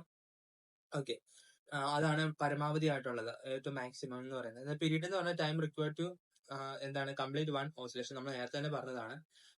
നേരത്തെ തന്നെ പറഞ്ഞ ഒരു പൂർണ്ണ തരംഗ ആന്തോളനത്തിന് ആവശ്യമായ സമയം. പിന്നെ അടുത്തതെന്ന് പറഞ്ഞു കഴിഞ്ഞാൽ എന്താണ്, ഫ്രീക്വൻസി. ഫ്രീക്വൻസി എന്ന് പറഞ്ഞാൽ കംപ്ലീറ്റ് വേവ് എന്താണ് പ്രൊഡ്യൂസ്ഡ് ഇൻ 1 സെക്കൻഡ്. അപ്പൊ എത്ര വേവ്സ് പ്രൊഡ്യൂസ് ചെയ്തു, അല്ലെങ്കിൽ ഒരു ഓസിലേഷൻ എത്ര നമ്പർ ഓഫ് ഓസിലേഷൻ പ്രൊഡ്യൂസ് ചെയ്തു, അതാണ് എന്തെന്ന് പറയുന്നത്, നമുക്ക് 1 സെക്കൻഡിനകത്ത് പ്രൊഡ്യൂസ് ചെയ്താണ് എന്തെന്ന് പറഞ്ഞാൽ ആവൃത്തി അല്ലെങ്കിൽ നമ്മുടെ ഫ്രീക്വൻസി എന്ന് പറഞ്ഞാൽ. ഒരു സെക്കൻഡിലാണെങ്കിൽ ഉത്പാദിപ്പിക്കുന്ന തരംഗങ്ങളുടെ എണ്ണം ഏകദേശം മതി. അടുത്തതെന്ന് പറഞ്ഞു കഴിഞ്ഞാൽ വേവ് ലെങ്ത്. ഈ സംഭവം ഓർത്തേക്കുന്നത്, ഇത് വളരെ ഇമ്പോർട്ടന്റ്, ക്യാരക്ടറിസ്റ്റിക്സ് വളരെ ഇമ്പോർട്ടന്റ് ആണ്. ഓക്കെ, ഇത്രയും കാലം ഓർത്തേക്കുക. ഇനി അടുത്തതെന്ന് പറഞ്ഞ തരംഗങ്ങളുടെ. ഓക്കെ, ഇനി പറയാനുള്ള കാര്യം എന്ന് പറഞ്ഞു കഴിഞ്ഞാൽ okay, ഇതല്ലായിരുന്നോ, the distance between the two successive particle in the phase same എന്താണ് phase of vibration, or the distance between the two consecutive thrust, or എന്താണ് two consecutive thrust. തന്നെയാണ് ഇതെന്ന് പറഞ്ഞ വേവ് ലെങ്ത് എന്ന് പറഞ്ഞത്. അപ്പം ഇവിടെ നോക്കുമ്പോ, ഇവിടെ നോക്കിയോ, ഈ ഭാഗം തൊട്ട് ഈ ഭാഗം വരെയുള്ള മീൻസ് ഈ ഭാഗം തൊട്ട് ഈ ഭാഗം വരെയുള്ള നീളത്തെയാണ് എന്തെന്ന് പറയുന്നത്, ക്ലിയർ ആയിട്ടുള്ള നേരെയായിട്ടുള്ള രീതിയിൽ ഡിസ്പ്ലേസ്മെന്റ് ആണ് എന്ന് പറയുന്നത്. അവിടെ വേണ്ടിയുള്ള ദൂരത്തെയാണ് എന്ന് പറയുന്നത് നമുക്ക് വേവ് ലെങ്ത് എന്ന് പറയുന്നത്. ഓക്കെ, അതിനാണ് തരംഗ ദൈർഘ്യം എന്ന് പറയുന്നത്. ഓക്കെ, ഇതിന്റെ യൂണിറ്റ് എന്തൊക്കെയാണെന്ന് നമുക്കറിയാം. യൂണിറ്റ് മീറ്റർ ആണെന്ന് നമുക്കറിയാം. ഓക്കെ, അത് നമുക്ക് അതും കിട്ടിയല്ലോ. Okay, distance between two constitutive of high pressure or two successive region of low pressure. നമ്മൾ ഇവിടെ പറയുമ്പോൾ ഇവിടെ നിന്ന് ഇത് തൊട്ടുള്ള ഇവിടം വരെ ഇതാണ് എന്തെന്ന് പറയുന്നത്, ഈ R ആണ് എന്തെന്ന് പറയുന്നത് നമ്മുടെ വേവ് ലെങ്ത് എന്ന് പറയുന്നത്. C ആണ് എന്തെന്ന് പറയുന്നത് വേവ് ലെങ്ത് എന്ന് പറയുന്നത്. അപ്പം C എന്ന് പറയുന്നത് C അല്ലെങ്കിൽ R C എന്ന് പറയുന്നത് ഇതിന്റെ ലാംഡയുടെ പകുതി ആയിരിക്കും, വേവ് ലെങ്തിന്റെ പകുതി ആയിരിക്കും. അതിന്റെ ഓക്കെ, അത് കിട്ടില്ല. പിന്നെ വേവിന്റെ വെലോസിറ്റി ആണ് തരംഗ വേഗത എന്ന് പറയുന്നത്. അത് മീറ്റർ പെർ സെക്കൻഡിനകത്താണ്. അതാണെന്നുണ്ടെങ്കിൽ the distance travelled by wave in 1 second. Wave എത്ര ദൂരം സഞ്ചരിച്ചു എന്ന് പറയുന്നതാണ് എന്ത് വെലോസിറ്റി എന്ന് പറയുന്നത്. കേട്ടോ, അതും കിട്ടിയില്ലോ. ഓക്കെ, റിലേഷൻ ബിറ്റ്വീൻ ആണ് ഇനി പറയാൻ പോകുന്ന റിലേഷൻസ് ആണ്. Relation between the waves, wave speed, frequency and wave length. തരംഗവേഗം, ആവൃത്തി, തരംഗ ദൈർഘ്യം എന്നിവ തമ്മിലുള്ള ബന്ധമാണ് വേവിന്റെ സ്പീഡ് v എന്ന് പറഞ്ഞ വേവ് ലെങ്ത് ലാംഡയുടെ ഈക്വൽ ആണ്. അതിന്റെ കൂടെ ഇൻഡു എന്ത് ചെയ്യണം, നമ്മൾ ഫ്രീക്വൻസി കൂടി ഇൻഡു ചെയ്യണം. അപ്പൊ എന്ന് പറഞ്ഞ ഇത്രേ ഉള്ളൂ. v ഈക്വൽ ടു നമ്മൾ നേരത്തെ തന്നെ പഠിച്ചിട്ടുള്ളതാണ് f into lambda, f lambda അല്ലെങ്കിൽ f ഇൻറ്റു ലാംഡ എന്നാണ് പറയുന്നത്. ഓക്കെ, അതിനെയാണ് നമ്മൾ എന്തെന്ന് പറയുന്നത്, അത് തമ്മിലുള്ള റിലേഷൻ എന്ന് പറയുന്നത്. സമയം കിട്ടിയല്ലോ. നമുക്ക് ഇവിടെ നേരത്തെ തന്നെ പറഞ്ഞിട്ടുണ്ട്, എഫ് എന്ന് പറഞ്ഞ ഡയറക്റ്റ് പ്രൊപ്പോർഷണൽ ടു 1/λ ആണ്. അത് ഓർത്തേക്കുക. എഫ് എന്ന് പറയുന്നത് എന്താണ് 1/λ ആണ്. അതുപോലെ 1/t ആണ്. സംഭവം കിട്ടിയില്ല. അത് രണ്ടും കിട്ടിയില്ല. 1/λ ആണ്, 1/t ആണ്. രണ്ടും ഓർത്ത് വെക്കണേ. അപ്പം അത് രണ്ടും നല്ലോണം ഇമ്പോർട്ടന്റ് ആയിട്ട് കാര്യമാണ്. കാരണം അതെങ്ങനെ കിട്ടിയെന്ന് വെച്ച് കഴിഞ്ഞാൽ, നമ്മളിവിടെ കോൺസ്റ്റന്റ് ആണ്. ഇവിടെ നമ്മളാണെന്നുണ്ടെങ്കിൽ പറയുവാണെന്നുണ്ടെങ്കിൽ സ്പീഡ് കോൺസ്റ്റന്റ് ആകുമ്പോഴാണ് ഇവിടെ പറഞ്ഞത്. സ്പീഡ് രണ്ടിടത്ത് സെയിം ആണെന്നുണ്ടെങ്കിൽ ഞാൻ പറയാം, ഇവിടുത്തെ എഫ് എന്ന് പറയുന്നത് നമുക്ക് ഈക്വേഷൻ v ഈക്വൽ ടു എന്താണ് എഫ് ഇൻറ്റു ലാംഡ എന്നാണല്ലോ. ഇതിനകത്ത് ഇത് കോൺസ്റ്റന്റ്. അങ്ങനെ കോൺസ്റ്റന്റ് ആയി കഴിഞ്ഞ് കഴിയുമ്പോൾ നമുക്ക് എഫ് ലാംഡ എന്ന് പറയുന്നത് എന്താണ്, നമുക്ക് കാണുന്നുണ്ടെങ്കിൽ എഫ് ലാംഡ എന്ന് തന്നെ കിട്ടും. ഓക്കെ, കിട്ടിയല്ലോ. ആ രീതിയിൽ നമുക്ക് ഇക്വേഷൻ എഴുതാം. അല്ലെങ്കിൽ നമുക്ക് എഴുതാൻ പറ്റുന്നതായിരുന്നു വി ഈക്വൽ ടു എന്താണ് എഫ് ലാംഡ എന്നാണ് കിട്ടിയത്. ഓക്കെ, ഇനി ഇതിനകത്ത് നമുക്ക് കാണുന്നുണ്ടെങ്കിൽ എഫ് എന്ന് പറയുന്ന സാധനം ഇവിടെ തന്നെ നിർത്തിയിട്ട് V by lambda equal to F എന്ന് കിട്ടിയല്ലോ. അതിനകത്ത് ഈ ഇത് കോൺസ്റ്റന്റ് ആയതുകൊണ്ട് നമുക്ക് 1 എന്ന് കൊടുക്കാം. ഓക്കെ, 1 ബൈ ലാംഡ ഇങ്ങനെയാണെന്നുണ്ടെങ്കിൽ സംഭവം കിട്ടിയല്ലോ. ഓക്കെ, ഇത് പഠിച്ചു വെക്കണം കേട്ടോ. ആ ഇക്വേഷൻ നല്ലപോലെ ഇമ്പോർട്ടൻറ്റ്, കാരണം അത് 1 ബൈ ടിക്ക് പോലെ തന്നെ സമാന്തരമായിട്ട് നല്ല രീതിയിൽ ചോദ്യം വരും. അപ്പൊ നമ്മൾ ആ ഇക്വേഷൻ ചിലപ്പോൾ മറന്നു, ഈ ഇക്വേഷൻ നമ്മൾ ചിലപ്പോൾ മറന്നു പോയിട്ട് അയ്യോ അത് ഏത് ഇക്വേഷൻ എന്നുള്ള രീതിയിൽ കൺഫ്യൂഷൻ അടിക്കും. ഓക്കെ, അതും കൂടി പഠിച്ചു വെക്കുക. ദെൻ അടുത്തെന്ന് പറഞ്ഞാൽ റിഫ്ലക്ഷൻ ഓഫ് സൗണ്ട്. ഇപ്പൊ നമുക്ക് കാണുന്നുണ്ടെങ്കിൽ എന്താണ് ശബ്ദത്തിന്റെ പ്രതിഫലനം എന്നുള്ള ഭാഗമാണ് പഠിക്കാൻ പോകുന്നത്. അപ്പൊ ഇവിടെ പറയുന്ന കാര്യം എന്ന് പറഞ്ഞു കഴിഞ്ഞാൽ സ്മൂത്ത് സർഫസിനകത്ത് ആണെങ്കിൽ അത് പറയുകയാണെന്നുണ്ടെങ്കിൽ നേരെയായിട്ടുള്ള ആയിട്ടുള്ള മീൻസ് സ്മൂത്ത് ആയിട്ടുള്ള സർഫസിനകത്താണെന്നുണ്ടെങ്കിൽ റിഫ്ലക്ട് ചെയ്യും നല്ല രീതിയിൽ. പക്ഷെ റഫിനകത്ത് ആണെങ്കിൽ കുറച്ചാണ് റിഫ്ലക്ട് ചെയ്യുള്ളൂ. ഓക്കെ ഓക്കെ, നേരെ ആയിട്ടുള്ള ഒരു നേരത്തെ എന്താണ് പ്രതലത്തിലാണെങ്കിൽ രൂക്ഷമായ പ്രതിഫലനേക്കാൾ എന്താണ് ശബ്ദത്തെ നന്നായി പ്രതിഫലിപ്പിക്കുന്നത്. ഓക്കെ, അപ്പം നേരത്തെ ആയിട്ടുള്ള പ്രതലങ്ങളാണെന്നുണ്ടെങ്കിൽ രൂക്ഷമായിട്ടുള്ള മീൻസ് കൂർത്തതായിട്ടുള്ള ഇങ്ങനെ റഫ് മീൻസ് റഫ് എന്ന് പറഞ്ഞു കഴിഞ്ഞാൽ ഇപ്പൊ പറയുകയാണെന്നുണ്ടെങ്കിൽ ജസ്റ്റ് ഇങ്ങനെ പൊടിപടലങ്ങളൊക്കെ പിടിച്ച് കിടക്കുന്ന ടൈപ്പ് രീതിയിലാണ്. ഇങ്ങനെ കല്ലൊക്കെ കിടക്കുന്ന പോലെ ഒരു കൂർത്തായിട്ടും അങ്ങനെയൊക്കെ ആയിട്ട് രീതി. മറ്റേ മിനുസം ഇല്ലാത്ത ടൈപ്പുള്ള മിനുസമായിട്ടുള്ളതാണ് നേരത്തെ എന്ന് ഉദ്ദേശിക്കുന്നത് കേട്ടോ.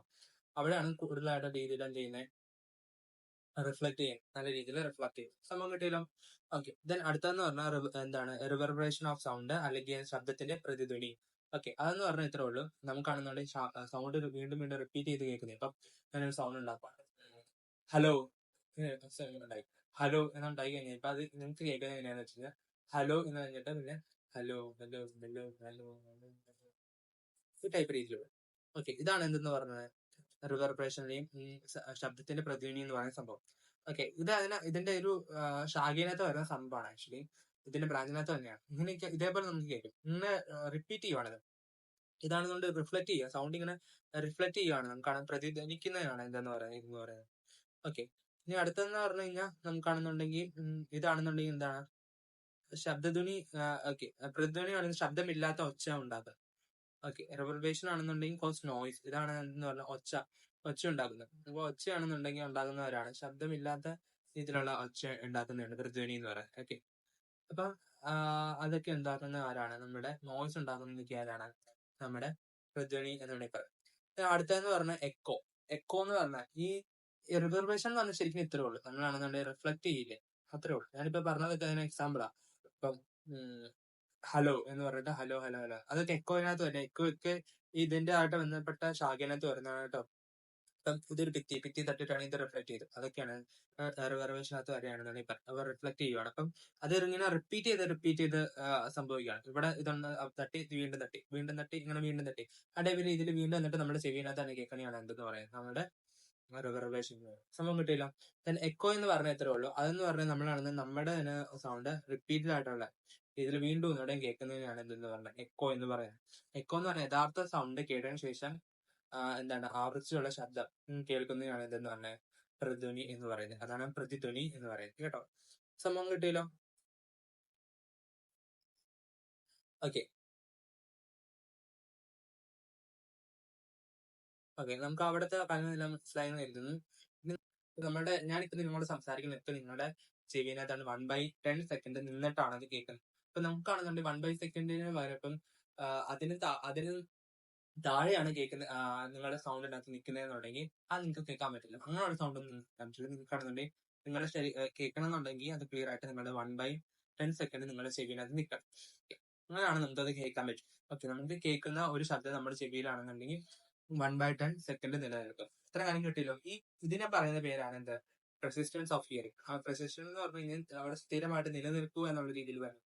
ഈ പ്രതിഭാസത്തെയാണ് ശ്രവണത്തിന്റെ സ്ഥിരത എന്ന് വിളിക്കുന്നത്. ഓക്കെ, അതാണെന്നുണ്ടെങ്കിൽ അവിടെ തന്നെ നിൽക്കുകയാണല്ലോ, ആ ടൈപ്പ് രീതിയിൽ അവിടെ പറയുന്നത്. ഓക്കെ, സമയം കിട്ടില്ല. 1/10 സെക്കൻഡ് ആണ് നിൽക്കുക ശ്രവണത്തിന്റെ സ്ഥിരത. ഓക്കെ, അല്ലെങ്കിൽ ശ്രവണ സ്ഥിരത എന്ന് വേണമെങ്കിൽ വിളിക്കാം. ഓക്കെ, അത്ര കാര്യം കിട്ടിയല്ലോ. The echo to heard distantly, the reflection sound that reach the ear after this. Okay, പ്രതിധ്വനി വ്യക്തമായി കേൾക്കാൻ പ്രതിധ്വനി വ്യക്തമായി കേൾക്കാൻ ഫലിത ശബ്ദം ഈ സമയത്ത് ശേഷം ചെവിയിൽ എത്തണം. അപ്പൊ ഈ ടൈപ്പ് രീതിയിൽ നമ്മളാണെന്നുണ്ടെങ്കിൽ ഈ 1/10 സെക്കൻഡിനകത്ത് എന്താണ് നമ്മുടെ സൗണ്ട് ഉണ്ടാക്കി, മീൻസ് സൗണ്ട് നമ്മൾ ചെവിയിൽ നിൽക്കും. ആക്ച്വലി ശരിക്കും പറയുകയാണെന്നുണ്ടെങ്കിൽ ആ ഒരു 1/10 സെക്കൻഡിന് ഉള്ളിൽ കേൾക്കാണെന്ന് ശരിക്കും ഇല്ല. എന്നാൽ എന്താണ് ഒത്തിരി കഴിഞ്ഞിട്ടും കേൾക്കാനും പാടില്ല. അപ്പൊ അതിനിടയ്ക്കായിട്ടുള്ളൊരു ഇത്ര ഒരു ഗ്യാപ്പിനകത്താണ് ശരിക്കും കേൾക്കേണ്ടത്. സംഭവം കിട്ടിയല്ലോ. ഒത്തിരി കൂടി പോകാൻ പാടില്ല, ഒത്തിരി കുറയ്ക്കാൻ. To hear and echo in the air. നമ്മളാണെങ്കിൽ എക്കോ എയറിനകത്ത് കേൾക്കണമെന്നുണ്ടെങ്കിൽ നമ്മളൊരു മിനിമം ഡിസ്റ്റൻസ് ബിറ്റ്വീൻ ദ ഒരു റിഫ്ലക്ട് ചെയ്യുന്ന സർഫസ് ആയിട്ട് ഒരു മിനിമം ഡിസ്റ്റൻസ് നമ്മൾ കീപ്പ് ചെയ്യണം. ആ മിനിമം ഡിസ്റ്റൻസ് കീപ്പ് ചെയ്താൽ മാത്രമാണ് എന്ത് ഉണ്ടാവുള്ളൂ, എക്കോ ഉണ്ടാവുള്ളൂ. ആൻഡ് സൗണ്ട് അതെന്ന് പറഞ്ഞു കഴിഞ്ഞാൽ എന്താണ്, അറ്റ്ലീസ്റ്റ് ആണെന്നുണ്ടെങ്കിൽ എന്താണ് 17 മീറ്റർ അകലെങ്കിലും ആയിട്ട്. അപ്പം റിഫ്ലക്ഷൻ ചെയ്യുന്ന സ്ഥലമായിട്ട് നമ്മൾ ഇതാണ് റിഫ്ലക്ട് ചെയ്യുന്ന സ്ഥലം എന്ന് എഴുതി. അതും ഈ സൗണ്ട് ഉണ്ടാക്കിയ ആളും തമ്മിലാണെന്നുണ്ടെങ്കിൽ ഒരു 17 മീറ്റർ അകലം മിനിമം വേണം. മിനിമം കൂടി പോയാലും കുഴപ്പമില്ല, മിനിമം വേണം. ഓക്കെ, എന്നാലാണ് എന്താ എക്കോ ചെയ്യുള്ളൂ. അപ്പൊ ഈ എക്കോയും ഈ പ്രതിഫലനം തന്നെയാണ് ഇവിടെ സംഭവിച്ചിട്ട് ഇങ്ങോട്ട് പ്രതിഫലിച്ചിട്ടാണ് നിങ്ങളുടെ ചെവിയിലേക്ക് വീണ്ടും കേൾക്കുന്നത് കേട്ടോ. അത് ഓർത്ത് വെച്ചോ. ഇപ്പൊ പറഞ്ഞു, ഞാൻ നേരത്തെ പറഞ്ഞിട്ടുണ്ടായിരുന്നു ഇതിനകത്ത് തന്നെ, നമ്മുടെ റിവർബേഷനകത്ത് ഞാൻ പറഞ്ഞിട്ടുണ്ടായിരുന്നു, അത് ഓർത്ത് വെക്കുക കേട്ടോ. ദെൻ അടുത്തതെന്ന് പറഞ്ഞു കഴിഞ്ഞാൽ എന്താണ്, നമുക്ക് ഇത് വെച്ച് നമുക്ക് ഈ ചോദ്യം വരും. ഓക്കെ, ഇത് വെച്ചുള്ള ചോദ്യങ്ങൾ മെയിൻ ആയിട്ട് വരുന്ന ഒരു കാര്യമാണ് ഡിസ്റ്റൻസ് ഓഫ് എക്കോ കണ്ടെത്താൻ പറഞ്ഞിട്ടുണ്ട്. ഓക്കെ, അതെന്ന് പറഞ്ഞു കഴിഞ്ഞാൽ നമ്മൾ നേരത്തെ പറഞ്ഞിട്ടുണ്ടായിരുന്നത് 17 മീറ്റർ എങ്കിലും എന്തായിരിക്കും ആയിരിക്കണം കുറഞ്ഞ ദൂരം എന്ന് പറഞ്ഞു. If the distance is less than 5 metre ആണെന്നുണ്ടെങ്കിൽ echo will not be hear. കേൾക്കാനേ പറ്റില്ല. അതിലും കുറവാണെന്നുണ്ടെങ്കിൽ ഞാൻ പറഞ്ഞില്ലേ, ഇതെന്ന് പറഞ്ഞാൽ 17 സെന്റിമീറ്റർ അല്ല മീറ്റർ ആണെന്നുണ്ടെങ്കിൽ നമുക്ക് കേൾക്കാം. ഇത് 17 മീറ്റർ ആണെന്നുണ്ടെങ്കിൽ ഇവിടെ കേൾക്കാം. പക്ഷെ 17 മീറ്റർ കഴിഞ്ഞ് നമ്മളിവിടെ 15 മീറ്റർ ആണ് എന്നുണ്ടെങ്കിൽ കേൾക്കാൻ പറ്റും. അവിടെയാണ് 15 മീറ്റർ ആണ് പ്രതിഫലിച്ചെങ്കിൽ കേൾക്കാൻ പറ്റും. അപ്പം നല്ല രീതിയിൽ അവിടെ ഒരു മീറ്ററിന്റെ അളവാണ്. ഓക്കെ, സോ അത് കഴിഞ്ഞിട്ട് നമുക്ക് ഇനി പഠിക്കാനുള്ള കാര്യം എന്ന് പറഞ്ഞാൽ ഈ ഡിസ്റ്റൻസ്, എക്കോയുടെ ഡിസ്റ്റൻസ് കണ്ടെത്താൻ നമ്മൾ ചെയ്യുന്നതെന്ന് പറഞ്ഞാൽ ടി ഈക്വൽ ടു എന്താണ്, പി ഇൻറ്റു ടി ബൈ 2. കാരണം എന്ന് പറഞ്ഞു കഴിഞ്ഞാൽ എക്കോ ഇതാണ് ആളെന്ന് എഴുതിക്കും. ആള് കഴിഞ്ഞിട്ട് ഇങ്ങോട്ട് പോവാണല്ലോ. നമ്മൾ സാധാരണ ഈ ഇക്വേഷൻസ് ടി ഈക്വൽ ടു എന്താ വി ഇൻറ്റു ടി എന്നാ പഠിച്ചിട്ടുള്ളത്. പക്ഷെ 2 എങ്ങനെ വന്നു നിങ്ങൾ പലരും ചോദിക്കാറ്. അതെന്ന് പറഞ്ഞാൽ ഇവിടെ നമ്മളാണെന്ന് ഇടിച്ചിട്ടുണ്ടല്ലോ, ഈ ഇടിച്ചിട്ട് തിരിച്ചുള്ള ആദ്യം ഇങ്ങോട്ടേക്ക് തന്നെ തിരിച്ചു വരുമല്ലേ. നമുക്ക് സാധാരണ ഇവിടെ നിന്നിട്ട് ഇങ്ങോട്ട് പോകുന്ന ദൂരമാണ് എന്തെന്ന് വി ഇൻറ്റു ടി എന്ന് പറയുന്നത്. പക്ഷെ ഇവിടെ നിന്ന് തന്നെ പോയിട്ട് തിരിച്ച് ഇങ്ങോട്ട് തന്നെ എത്തുക. ഓക്കെ, മീൻസ് ഞാൻ പറഞ്ഞുതരാം, ഒന്നുകൂടെ പറഞ്ഞുതരാം, നിങ്ങൾക്ക് മാറ്റിത്തരാവേ. നമ്മൾ സാധാരണ പഠിക്കുന്നതെന്ന് പറഞ്ഞാൽ V equal to D V equal to അല്ല, ഡി ഈക്വൽ ടു എന്താ വി ഇൻറ്റു ടി എന്ന് ആണ് പഠിച്ചിട്ടുള്ളത് അല്ലെ. D equal to V into T അതെന്ന് പറഞ്ഞു കഴിഞ്ഞാൽ ഇത്രേ ഉള്ളൂ. നമ്മൾ ഇവിടെ നിന്ന് കേട്ടിട്ടുള്ള സൗണ്ട് നമ്മൾ കേൾക്കുക. ഇതാണ് ആൾ പ്രൊഡ്യൂസ് ചെയ്ത് അതാണെന്നുണ്ടെങ്കിൽ അങ്ങോട്ട് പോകുന്ന ദൂരത്തെ പോയിട്ട് തിരിച്ചു വരുന്ന ദൂരത്തെ എന്ന് വേണമെങ്കിൽ പറയാം. ഓക്കെ, പക്ഷെ നമുക്കാണെന്നുണ്ടെങ്കിൽ അത് എത്ര ദൂരത്തിലാണ് പ്രതിഫലിച്ചതെന്ന് നമുക്ക് അറിയണ്ടേ. ഇവിടെ തൊട്ട് ഇവിടെ തൊട്ട് ഇങ്ങനെ പോയിട്ട് തിരിച്ച് ഇവിടം വരെ വന്നതാണ് എന്തെന്ന് പറഞ്ഞത്. ഞാൻ ഈ പേന വെച്ച് കാണിച്ചു തരാം, അപ്പൊ നിങ്ങൾക്ക് മനസ്സിലാവും. ഇവിടെ തൊട്ട് ഇങ്ങനെ പോയിട്ട് തിരിച്ച് ഇതേ വശത്ത് തന്നെ നമുക്ക് ഇങ്ങനെ എത്തി ഇത്രയും ദൂരത്തെയാണ് എന്തെന്ന് പറയുന്നത്, നമ്മള് അത്രയും ദൂരത്തെയാണ് നമ്മൾ ശരിക്കും എന്തെന്ന് പറയുന്നത്, നമ്മളാണെന്നുണ്ടെങ്കിൽ ഡിസ്റ്റൻസ് ടി എന്ന് പറയുന്നത്. പക്ഷെ നമുക്കാണെന്നുണ്ടെങ്കിൽ പ്രതിഫലിച്ചത് എത്ര ദൂരത്തിലാണ് അറിയുന്നുണ്ടെങ്കിൽ നമുക്ക് എന്ത് ചെയ്യണം, ഇതിന്റെ പകുതിയാണല്ലോ വേണ്ടേ. അതിന്റെ പകുതി ആയതുകൊണ്ടാണ് നമ്മൾ 2 തൊട്ട് വെച്ച് ഡിവൈഡ് ചെയ്യും. സംഭവം കിട്ടിയല്ലോ, അത് നമുക്ക് കിട്ടിയല്ലോ. അടുത്തതെന്നാണ് എന്താണ്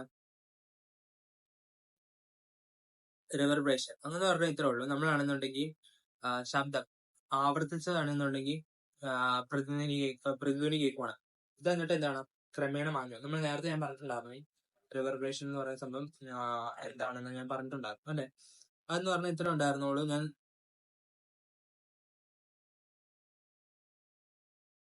ഓക്കെ, റിവർബ്രേഷൻ 1 മിനിറ്റ്, ഞാനൊരു റിവർബ്രേഷന്റെ കാര്യം ഞാൻ പറഞ്ഞിട്ടുണ്ടായിരുന്നു. ഹലോ എന്നാണ് തോന്നുന്നത്. ഹലോ എന്ന് പറഞ്ഞിട്ട് ഇങ്ങനെ ഹലോ ഹലോ ഹലോ എന്നൊക്കെ പറഞ്ഞ നാളെ ഇപ്പൊ ഞങ്ങൾ മൈക്ക് ടെസ്റ്റ് അങ്ങനെ പറഞ്ഞ് കേൾക്കാറില്ലേ. അപ്പം അതിനകത്ത് മോസ്റ്റ്ലി വരുന്ന സംഭവം എന്ന് പറഞ്ഞാൽ റിവർബ്രേഷൻ ആണ് കേട്ടോ. ഓക്കെ, ആ സംഭവം കിട്ടിയല്ലോ. ഇതിനെ പറഞ്ഞാണ് എന്താണ് ഇതിനെ പ്രതിധ്വനി എന്നല്ല കേട്ടോ ഇതിനെ പറയുന്ന പേര്. ഇതിനെ പറയുന്ന പേര് അനുരണനം. അനുരണനം. ഓക്കെ, അതെന്ന് പറഞ്ഞ ഇത്രേ ഉള്ളൂ. എന്താ ഉൽപ്പാദിപ്പിക്കേണ്ട ശബ്ദമാണെന്നുണ്ടെങ്കിൽ പിന്നെയും ആവർത്തിച്ച് നമുക്ക് കേട്ട് കഴിഞ്ഞിട്ട് പിന്നെ നമുക്ക് അത് പതുക്കെ ആണെന്നുണ്ടെങ്കിൽ മാഞ്ഞു. അതെന്ന് പറഞ്ഞ ഇത്രേ ഉള്ളൂ. നമുക്കാണെന്നുണ്ടെങ്കിൽ ഇങ്ങനെ സൗണ്ട് പ്രതിഫലിച്ചിട്ട് ഉണ്ടാവുന്നതാണ്. അത് പെർസിസ്റ്റൻസ് ഓഫ് സൗണ്ട് ആണ്. ഡ്യൂ ടു ഇത് നമുക്ക് അത് ഉണ്ടാവുന്നതെന്നുണ്ടെങ്കിൽ നമ്മുടെ പെർസിസ്റ്റൻസ് ഓഫ് 1/10 സെക്കൻഡ് നിൽക്കുന്നതുകൊണ്ട് തന്നെയാണ് അത് ഉണ്ടാവുന്നത്. അതിനുശേഷം എന്താണ് ഇത് ഇങ്ങനെ റിഫ്ലക്ട് ചെയ്തുകൊണ്ടിരിക്കുക, അങ്ങനെ റിഫ്ലക്ട് ചെയ്യുക, അവിടെ റിപ്പീറ്റ് ആയിട്ട് റിഫ്ലക്ട് ചെയ്തുകൊണ്ടിരിക്കുക, ഇങ്ങനെ റിപ്പീറ്റ് ആയിട്ട് ഇത് വീണ്ടും വീണ്ടും ഇങ്ങനെ എന്ത് ചെയ്യുവാണ്, അതവിടെ റിഫ്ലക്ഷൻ സംഭവിക്കുകയാണ്, എന്ത് ചെയ്യും, പ്രതിഫലിക്കുവാന്ന് പറയുന്നത്. അങ്ങനെ ഉണ്ടായി കഴിഞ്ഞിട്ട് അത് ഇച്ചിരി കഴിയുമ്പോൾ ഫീഡ് ആയിട്ടായിരിക്കും. ഓക്കെ, ക്രമേണ അത് മാറും. അങ്ങനെയാണ് ഇതെന്ന് പറയുന്നത്. അങ്ങനെ ഉണ്ടാവുന്ന നമ്മളത് കേൾക്കാൻ പറ്റുന്ന സൗണ്ട്. അപ്പൊ ആദ്യമേ ഹലോ എന്ന് പറഞ്ഞിട്ട് വീണ്ടും അതിന്റെ സൗണ്ട് കുറഞ്ഞ ഹലോ, പിന്നെ ഹലോ ഹലോ ഹലോ എന്നൊക്കെ പറഞ്ഞ് കേൾക്കാറില്ല. അതൊക്കെ എന്താണ്, റിവർബേഷൻ ആണ് എന്ന് പറയും. ഓക്കെ, സംഭവം കിട്ടിയല്ലോ. അത് യൂസ് ചെയ്യുന്നത്, അത് റെഡ്യൂസ് ചെയ്യുന്നത് മെത്തേഡുകൾ എന്ന് പറഞ്ഞാൽ എന്തൊക്കെയാണ്, റഫ് ആയിട്ടുള്ള സർഫസ് യൂസ് ചെയ്യുക.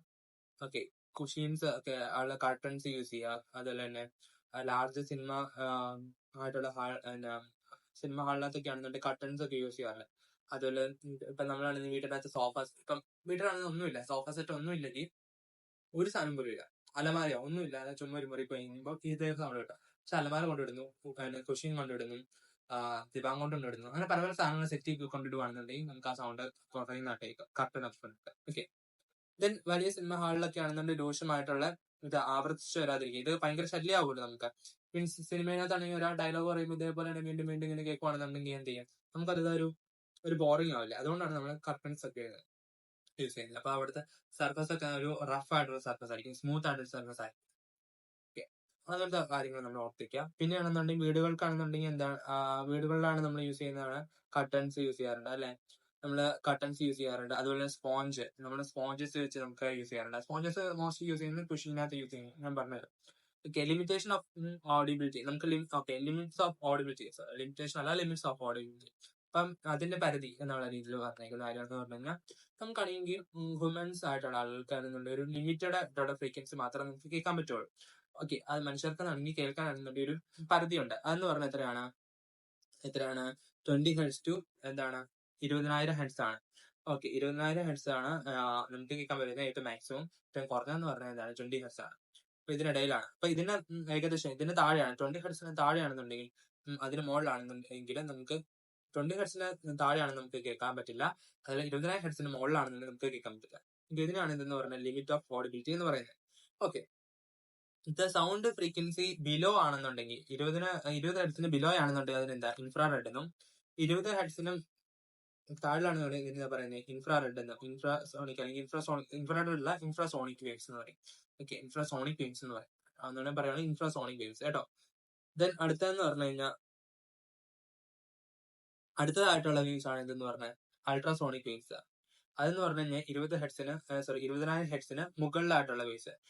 ഈ ഇൻഫ്രാസോണിക്കും അൾട്രാസോണിക്കും നമുക്ക് കേൾക്കാൻ പറ്റില്ല. അൾട്രാസോണിക് ആണ് നമ്മുടെ രീതിയിൽ ആപ്ലിക്കേഷൻസ് ഉള്ളതാണ്. ഒന്നെന്ന് പറഞ്ഞാൽ എന്താണ്, നമുക്കാണെന്നുണ്ടെങ്കിൽ പ്രയോജനപ്പെടുത്തുകയാണ് എന്തെന്ന്, കിഡ്നി സ്റ്റോൺസിനെയൊക്കെ നമ്മൾ ബ്രേക്ക് ചെയ്യാൻ, കല്ലുകളൊക്കെ ഇല്ലേ, നമ്മുടെ കല്ലുകളൊക്കെ തകർക്കാൻ വേണ്ടി, കിഡ്നിനകത്ത് കല്ലുണ്ടെന്നുണ്ടെങ്കിൽ ആ കല്ലൊക്കെ നമുക്ക് പൊടിച്ചു കളയാനൊക്കെ യൂസ് ചെയ്യുന്നുണ്ട്.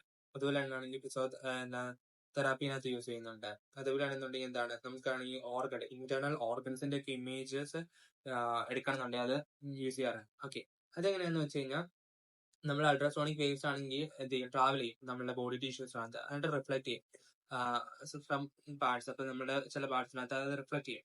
അത് മോസ്റ്റ്ലി ടിഷ്യൂസിനകത്താണ്, അപ്പൊ ഡെൻസ് ആയിട്ടുള്ള ടിഷ്യൂസിനകത്ത്. അപ്പൊ അവിടെ ചെന്നിട്ട് റിഫ്ലക്ട് ചെയ്തിട്ട് തിരിച്ചാണെങ്കിൽ ഏത് മെഷീൻ വഴിയാണ്, ഇപ്പൊ ഇതാണ് മെഷീൻ എന്ന് കരുതിക്കും, മെഷീനകത്ത് സൗണ്ട് ഇങ്ങനെ വരുത്തി ഇട്ട് കഴിഞ്ഞ് കഴിയുമ്പോൾ നമ്മളാണെന്നുണ്ടെങ്കിൽ ഇതാണ് നമ്മുടെ ഒരു ഇന്റേണൽ ഓർഗൻ. ഇതൊരു ഇന്റേണൽ ഓർഗൻ ആണ്. ഇന്റേണൽ ഓർഗന്റെ ആണെന്നുണ്ടെങ്കിൽ ഇവിടെ ഭിത്തി ഉണ്ടല്ലോ, ഈ ഭിത്തിനകത്താണെന്നുണ്ടെങ്കിൽ ഡെൻസ് ആയിട്ടുള്ള ടിഷ്യൂ ആയിരിക്കും. ആ ഡെൻസ് ടിഷ്യൂനകത്ത് തട്ടിക്കഴിഞ്ഞിട്ട് തിരിച്ച് ഇങ്ങോട്ടേക്ക് തന്നെ വരും. അപ്പൊ ആ മെഷീനിലേക്ക് തന്നെ വരും. അപ്പൊ അങ്ങനെയാണ് നമ്മൾ എന്ത് ഉണ്ടാക്കുന്നത്, അതിന്റെ ഇമേജസ് ഉണ്ടാക്കും. ഓക്കെ, ബാക്കിയുള്ള കാരണം പിന്നെ തിരിച്ചു വരുന്ന ഇത്രയും ഇമേജസ് മാത്രമായിരിക്കും നമുക്ക് തിരിച്ചു വരുന്നത്. ആ ഇത്രയും ഭാഗത്തു നിന്നായിരിക്കും എന്തുണ്ടാവുള്ളൂ, ഇത്തരം ഭാഗത്തു നിന്നായിരിക്കും എന്തുണ്ടാവുന്നുള്ളൂ, ആ ഇമേജസ് അല്ല മറ്റേ ആ സൗണ്ട് വേവ് തിരിച്ചു വരും. അപ്പൊ അതിന്റെ ഇടയ്ക്ക് ഇമേജസ് ഉണ്ടാവും. ബാക്കിയുള്ളത് ഇങ്ങനെ ഇങ്ങനെ ഇങ്ങോട്ടേക്കൊക്കെ ഉള്ളത് ഇവിടെ തട്ടുന്നുണ്ട്, ഇവിടെ തട്ടാത്തൊക്കെ ഉള്ളത് ഇങ്ങോട്ടേക്ക് വേറെ രീതിയിലേക്ക്, വേറെ ദിശയിലേക്ക്. ഓക്കെ, അങ്ങനെയാണ് നമ്മൾ എന്തുണ്ടാവുന്നത്, നമുക്ക് കാണുന്നുണ്ടെങ്കിൽ എന്തുണ്ടാവുന്നതെന്ന് വെച്ച് കഴിഞ്ഞാൽ നമുക്ക് ആ ഇമേജസ് ഒക്കെ ക്യാപ്ചർ ചെയ്യാൻ പറ്റും. ഓക്കെ, സംഭവം കിട്ടിയല്ലോ. അതാണ് ഇവിടെ പറഞ്ഞത്. ശരീരത്തിലാണെന്നുണ്ടെങ്കിൽ എന്താണ് ടിഷ്യൂകളിൽ സഞ്ചരിക്കുന്ന ശബ്ദ തരംഗങ്ങൾ എന്താണ്, ടിഷ്യൂ സാന്ദ്രത അതിൽ മാറ്റമുള്ള ഭാഗങ്ങളിൽ നിന്ന് എന്താണ് പ്രതിഫലിപ്പിക്കുകയാണ് ചെയ്യുന്നത്. അങ്ങനെയാണെന്നുണ്ടെങ്കിൽ ആ പ്രതിഫലിച്ച സംഭവമാണ് നമ്മളെ സിഗ്നൽ വഴി വൈദ്യുത സിഗ്നലായിട്ട് എന്ത് ചെയ്യും, നമുക്കാണെന്നുണ്ടെങ്കിൽ അവയവങ്ങളുടെ ചിത്രങ്ങളാണെന്നുണ്ടെങ്കിൽ എടുക്കാനൊക്കെ സാധിക്കും. ഓക്കെ ഓക്കെ ഈ ഇതാണ് റിഫ്ലക്ട് ചെയ്തിട്ടാണെന്നുണ്ടെങ്കിൽ അതിന് നമ്മൾ ഇലക്ട്രിക് സിഗ്നൽ ഈ ഞാൻ പറഞ്ഞില്ലേ ഇവിടെ ഇങ്ങോട്ടേക്ക് കിട്ടുന്ന ഈ സൗണ്ട് അതാണെങ്കിൽ ഇലക്ട്രിക് സിഗ്നൽ ആക്കി എടുത്തിട്ട് നമ്മൾ എന്ത് ചെയ്യും ഇമേജസ് ആണെന്നുണ്ടെങ്കിൽ ഓർഗൻസിൽ ഉണ്ടാവും. ഇതിനാണ് എന്തെന്ന് പറഞ്ഞാൽ അൾട്രാസോണോഗ്രഫി എന്ന് പറയുന്നത്. ഇതിനാണ് ഈ ടെക്നോളജിയാണ് അൾട്രാസോണോഗ്രഫി എന്ന് പറയുന്നത്. ഇതിനാണ് അൾട്രാസോണോഗ്രഫി എന്ന് പറയുന്നത്. ദെൻ അതുപോലെ തന്നെയാണെന്നുണ്ടെങ്കിൽ നമ്മളെ സ്പിരൽ ഷേപ്ഡ് ആയിട്ടുള്ള ട്യൂബ്സ്, സ്പിരൽ എന്ന് പറഞ്ഞാൽ ഇങ്ങനെ നമ്മുടെ സ്പ്രിംഗ് ടൈപ്പ് ആയിട്ടുള്ള ട്യൂബ്സ് ഒക്കെ, അതുപോലെ തന്നെ ഇറഗുലർ ആയിട്ടുള്ള മെഷീൻ പാർട്സ് ഒക്കെ, അതുപോലെ ഇലക്ട്രോണിക്സ് ആയിട്ടുള്ള കമ്പാർട്ട്മെന്റ്. നമുക്ക് കാരണം ഇലക്ട്രോണിക് ആയിട്ടുള്ള ഉപകരണങ്ങൾ നമുക്ക് വെള്ളം പറ്റില്ല. ഓക്കെ അപ്പൊ അതുകൊണ്ടൊക്കെ നമ്മൾ യൂസ് ചെയ്യുന്നത് മോസ്റ്റ്ലി ഈ അൾട്രാസോണിക് വേവ്സ് ആണ്. അതുപോലെ സോണാർ എന്ന് പറയുന്നത് എന്താണെന്ന് വെച്ച് കഴിഞ്ഞാൽ നമ്മുടെ കപ്പലിനകത്തൊക്കെ ഉള്ള ഒരു സംഭവമാണ്. കപ്പലിനകത്തൊക്കെ അടിയിനകത്തുള്ള ഒബ്ജക്റ്റ് ഒക്കെ കണ്ടെത്താൻ വേണ്ടി, ജലത്തിനകത്തുള്ള വസ്തുവിന്റെ ദൂരം, അതും കപ്പലും തമ്മിലുള്ള ദൂരമൊക്കെ അളക്കാൻ വേണ്ടി യൂസ് ചെയ്യുന്നതാണ് കേട്ടോ. അപ്പൊ അത് ഓർത്തേക്കുക, അതൊക്കെ ഇമ്പോർട്ടന്റ്. ഈ ഇത്തരം കാര്യങ്ങൾ ഈ ഇതിനകത്ത് അൾട്രാസോണിക്കിന്റെ ആപ്ലിക്കേഷൻസ് എന്ന് പറഞ്ഞ സംഭവം, അൾട്രാസോണിക് വേവ്സിന്റെ ആപ്ലിക്കേഷൻ ഇമ്പോർട്ടന്റ് ആണ് കേട്ടോ, അത് അറിഞ്ഞിരിക്കണേ. അടുത്തെന്ന് പറഞ്ഞാൽ seismic wave and tsunami. Seismic wave എന്താണെന്ന് അറിയാലോ. സീസ്മിക് വേവ് എന്ന് പറഞ്ഞു കഴിഞ്ഞാൽ എന്താണ്, അത് travel through the earth crust. അത് ഉണ്ടാവുന്നതാണെന്നുണ്ടെങ്കിൽ നമുക്കറിയാം എർത്തിന്റെ ക്രസ്റ്റിനകത്ത് അടിയിലൂടെ ട്രാവൽ ചെയ്തിട്ടാണ് എന്തുണ്ടാവുന്നത്, എർത്തും അതുപോലെ വോൾക്കാനിക് ആയിട്ടുള്ള എറപ്ഷൻസ് ഒക്കെ ഉണ്ടാകുന്നത്. ഓക്കെ വോൾക്കാനിക് ആയിട്ടുള്ള എറപ്ഷൻസ് ഒക്കെ ഉണ്ടാകുന്നത് കേട്ടോ, വോൾക്കാനിക് ആയിട്ടുള്ള എറപ്ഷൻസ് ഒക്കെ ഉണ്ടാകുന്നത്. ഓക്കെ അപ്പം ഇത് ഈ സീസ്മോളജി എന്ന് പറയുന്നതാണ് സീസ്മിക് വേവിനെ കുറിച്ചുള്ള പഠനം. ഓക്കെ അത് ഓർത്ത് വയ്ക്കുക, സീസ്മോളജി എന്ന് വിളിക്കുന്നത്. ദെൻ റിക്ടർ സ്കെയിൽ എന്ന് പറഞ്ഞ സ്കെയിലാണ് എർത്ത് ഇന്റൻസിറ്റി, തീവ്രത, അതിന്റെ തീവ്രതയൊക്കെ ആണെന്നുണ്ടെങ്കിൽ അളക്കാൻ യൂസ് ചെയ്യുന്നത്. എന്താണ് റിക്ടർ സ്കെയിൽ എന്ന് പറയുന്നത് scale. Okay then earth quick ആണെന്നുണ്ടെങ്കിൽ ഈ എർത്ത് ക്വിക്ക് ആയിട്ടുള്ള സംഭവം തന്നെ എന്താ, നമ്മുടെ ഓഷന്റെ അടിയിൽ ഉണ്ടാവുന്നതാണ് സുനാമി എന്ന് പറയുന്നത്. Okay tsunami is A series of A chain waves caused by massive displacement of water in the sea or other water bodies. സമുദ്രത്തിലോ മറ്റ് ജലാശയങ്ങളിലോ വൻതോതിൽ വെള്ളം സ്ഥാനാന്തരം അല്ലെങ്കിൽ സ്ഥാനഭ്രംശം ചെയ്തതിനാൽ ഉണ്ടാകുന്ന ഭീമൻ തിരമാലകളെ എന്താണ് തരംഗങ്ങളെയാണ് എന്തെന്ന് പറഞ്ഞത്, അതിന്റെ ഒരു പരമ്പരയായിട്ടുള്ള പറഞ്ഞത്. അത് അപ്പൊ പരമ്പരയാണ് എന്തെന്ന് പറയുന്നത് സുനാമി എന്ന് പറയുന്നത്. അപ്പൊ നമുക്ക് എങ്ങനെ സുനാമിനെ സേഫ് ആയിട്ട് നിർത്താം. സുനാമി വന്നു കഴിഞ്ഞാൽ നമുക്ക് സുനാമിയുടെ മുൻകരുതലായിട്ട് പല കാര്യങ്ങളും നമുക്ക് എടുക്കാം. അപ്പം നമുക്കാണെങ്കിൽ പെട്ടെന്ന് നമ്മുടെ കടലിനകത്ത് നിന്ന് വെള്ളം, ഇതാണ് കടലിന്റെ ഭാഗം, ഇതാണ് കടലിന്റെ തീരം. തീരത്ത് ഇവിടം വരെ ആയിട്ടുണ്ടായിരുന്ന വെള്ളം ഇങ്ങനെയായിരുന്നു ഉണ്ടായിരുന്നത്. പക്ഷെ ഇത് പെട്ടെന്നാണെന്നുണ്ടെങ്കിൽ ഇങ്ങോട്ടുള്ള ഇതല്ല തിരമാല എല്ലാം അങ്ങോട്ടേക്ക് അകത്തേക്ക് കയറി പോവാണ്. ഇവിടെ ഒന്നും വെള്ളം ഇല്ലാതെ ആയിട്ട് മാറുവാണ്. അങ്ങനെയൊക്കെ ഉണ്ടാവുന്ന എന്താണ്ടായിരിക്കും, അതിനൊക്കെ കാരണം എന്ന് പറഞ്ഞു കഴിഞ്ഞാൽ എന്തായിരിക്കും, മോസ്റ്റ്ലി സുനാമി ആയിരിക്കും കാരണം എന്ന് നമുക്ക് പറയാം. അപ്പൊ അങ്ങനെ ഉണ്ടെങ്കിൽ ആ സമയത്ത് തന്നെ എല്ലാവരെയും അങ്ങ് ഒഴിപ്പിക്കുക, അവിടെ നിന്ന് ഒഴിപ്പിക്കാനുള്ളത്. ദെൻ അടുത്താണ് എന്താണ്, do not assume danger is over by yourself. Instant wait for official എന്താണ് അനൗൺസ്മെന്റ്. അപകടം വേണമെന്നുണ്ടെങ്കിൽ കഴിഞ്ഞു പോയെന്ന് കരുതി നിങ്ങളാണെങ്കിൽ ഒന്നും ഇരിക്കരുത്. ഇപ്പം ഇതെല്ലാം പോയി കണ്ട് തിരമാലയൊക്കെ അടിച്ചു കയറി വന്നു കഴിഞ്ഞിട്ടാണെന്നുണ്ടെങ്കിൽ തിരിച്ച് വീണ്ടും പോയി, എല്ലാം പോയി കഴിഞ്ഞല്ലോ പിന്നെ ഇറങ്ങിയേക്കാന്ന് കരുതി വീണ്ടും പോയത്, ചിലപ്പോൾ വീണ്ടും അത് വന്നു വരും. ഓക്കെ അപ്പൊ ഒരു ഗവൺമെന്റിന്റെ അല്ലെങ്കിൽ ഒഫീഷ്യൽ ആയിട്ടുള്ള ഒരു അനൗൺസ്മെന്റ് കഴിയുന്നവരെ നിങ്ങളാണെന്നുണ്ടെങ്കിൽ ആ മേഖലകളിലേക്ക് പിന്നെ പോകരുത്. ഓക്കെ അപ്പൊ നമുക്ക് ജീവനാണ് ഏറ്റവും ഇമ്പോർട്ടന്റ് ആയിട്ടുള്ള കാര്യം. ഓക്കെ ജീവനാണ് ഏറ്റവും കൂടുതൽ നമുക്ക് പ്രഷ്യസ് ആയിട്ടുള്ള കാര്യം. അപ്പം അതിനു വേണ്ടി നമ്മൾ പോകും, അല്ലാതെ വേറെ സാധനങ്ങളൊക്കെ എടുക്കാൻ, അയ്യോ എനിക്ക് അവിടെ മേക്കപ്പ് സെറ്റ് എടുക്കാനുണ്ടായിരുന്നു, അല്ലെങ്കിൽ എനിക്ക് സ്വർണ്ണം ഉണ്ടായിരുന്നു, അയ്യോ അങ്ങനെയൊക്കെ പറഞ്ഞുകൊണ്ടിരിക്കരുത്. നമുക്കാണെന്നുണ്ടെങ്കിൽ നമ്മുടെ ജീവനാണ് നമ്മൾ രക്ഷപ്പെട്ടു പോവുക ആ സമയമാകുമ്പോൾ കേട്ടോ. അത് ഓക്കെ അപ്പൊ സേവ് യുവർ ലൈഫ് ആണ് ആൻഡ് നോട്ട് ബിലോങ് ചെയ്യുന്നത്, അല്ലെങ്കിൽ വസ്തുക്കളല്ല നമുക്ക് ഇമ്പോർട്ടൻസ്, നമുക്കാണെന്നുണ്ടെങ്കിൽ നമ്മുടെ ജീവനാണ് ഇമ്പോർട്ടൻസ്. അപ്പൊ അത് ഓർത്തേക്കാം. ദെൻ ഈ കോസിങ് എ സുനാമി. ഓക്കെ ഈ ക്യാച്ചിങ് സുനാമി, ഇപ്പൊ നിങ്ങളാണ് സുനാമിയിലാണെന്നുണ്ടെങ്കിൽ പെട്ട് കഴിഞ്ഞാൽ എന്താ ചെയ്യാം, അവിടെ എന്തെങ്കിലും ഒരു ഫ്ലോട്ടിംഗ് ഒബ്ജക്റ്റ് ഉണ്ടെങ്കിൽ അതിനകത്ത് കയറാൻ നോക്കുക. അങ്ങനെ കയറി കഴിഞ്ഞിട്ട് അവിടെ നമ്മൾ ഹോൾഡ് ചെയ്യുക. ഇപ്പൊ എന്തെങ്കിലും പൊങ്ങി കിടക്കുന്ന വസ്തു ഉണ്ടെങ്കിൽ അവിടെ ശക്തമായിട്ട് പിടിക്കും. ഇപ്പൊ ചിലപ്പോൾ ആണെന്നുണ്ടെങ്കിൽ തെങ്ങിന്റെ മടലൊക്കെ കിടക്കുന്നുണ്ടായി, തെങ്ങിന്റെ കഷ്ണമൊക്കെ ഉണ്ടായിരിക്കും. അപ്പൊ അത് പൊങ്ങിയായിരിക്കും കിടക്കുന്നത്. അപ്പൊ ആ പൊങ്ങി അതിനകത്ത് മുകളിൽ കയറിയിരിക്കാൻ നോക്കുക. അങ്ങനെയൊക്കെ ഇരിക്കുകയാണെന്നുണ്ടെങ്കിൽ നമുക്ക് രക്ഷപ്പെടാൻ പറ്റും. ഓക്കെ ഇത്രയാണ് ഉള്ളത്. ഓക്കെ ഇത്തരം കാര്യങ്ങളാണെന്നുണ്ടെങ്കിൽ നമ്മുടെ കഴിഞ്ഞ് കഴിഞ്ഞപ്പോൾ നമ്മുടെ ഈ ക്ലാസ് കഴിഞ്ഞു. ഇത്രേ ഉള്ളൂ നമുക്ക് ഈ ഭാഗം എന്ന് പറയുന്നത്. ഈ ചാപ്റ്റർ കൊണ്ട് നമ്മളൊന്ന് ജസ്റ്റ് ആയിട്ട് വൺ ഷോട്ട് ആയിട്ട് നമ്മൾ എല്ലാ കാര്യങ്ങളും എക്സ്പ്ലെയിൻ ചെയ്തിട്ടുണ്ട്. എന്തെങ്കിലും ഡൗട്ട് ആണെന്നുണ്ടെങ്കിൽ നിങ്ങൾക്ക് ആണെന്നുണ്ടെങ്കിൽ ചോദിക്കാം, പറഞ്ഞുതരാം കേട്ടോ.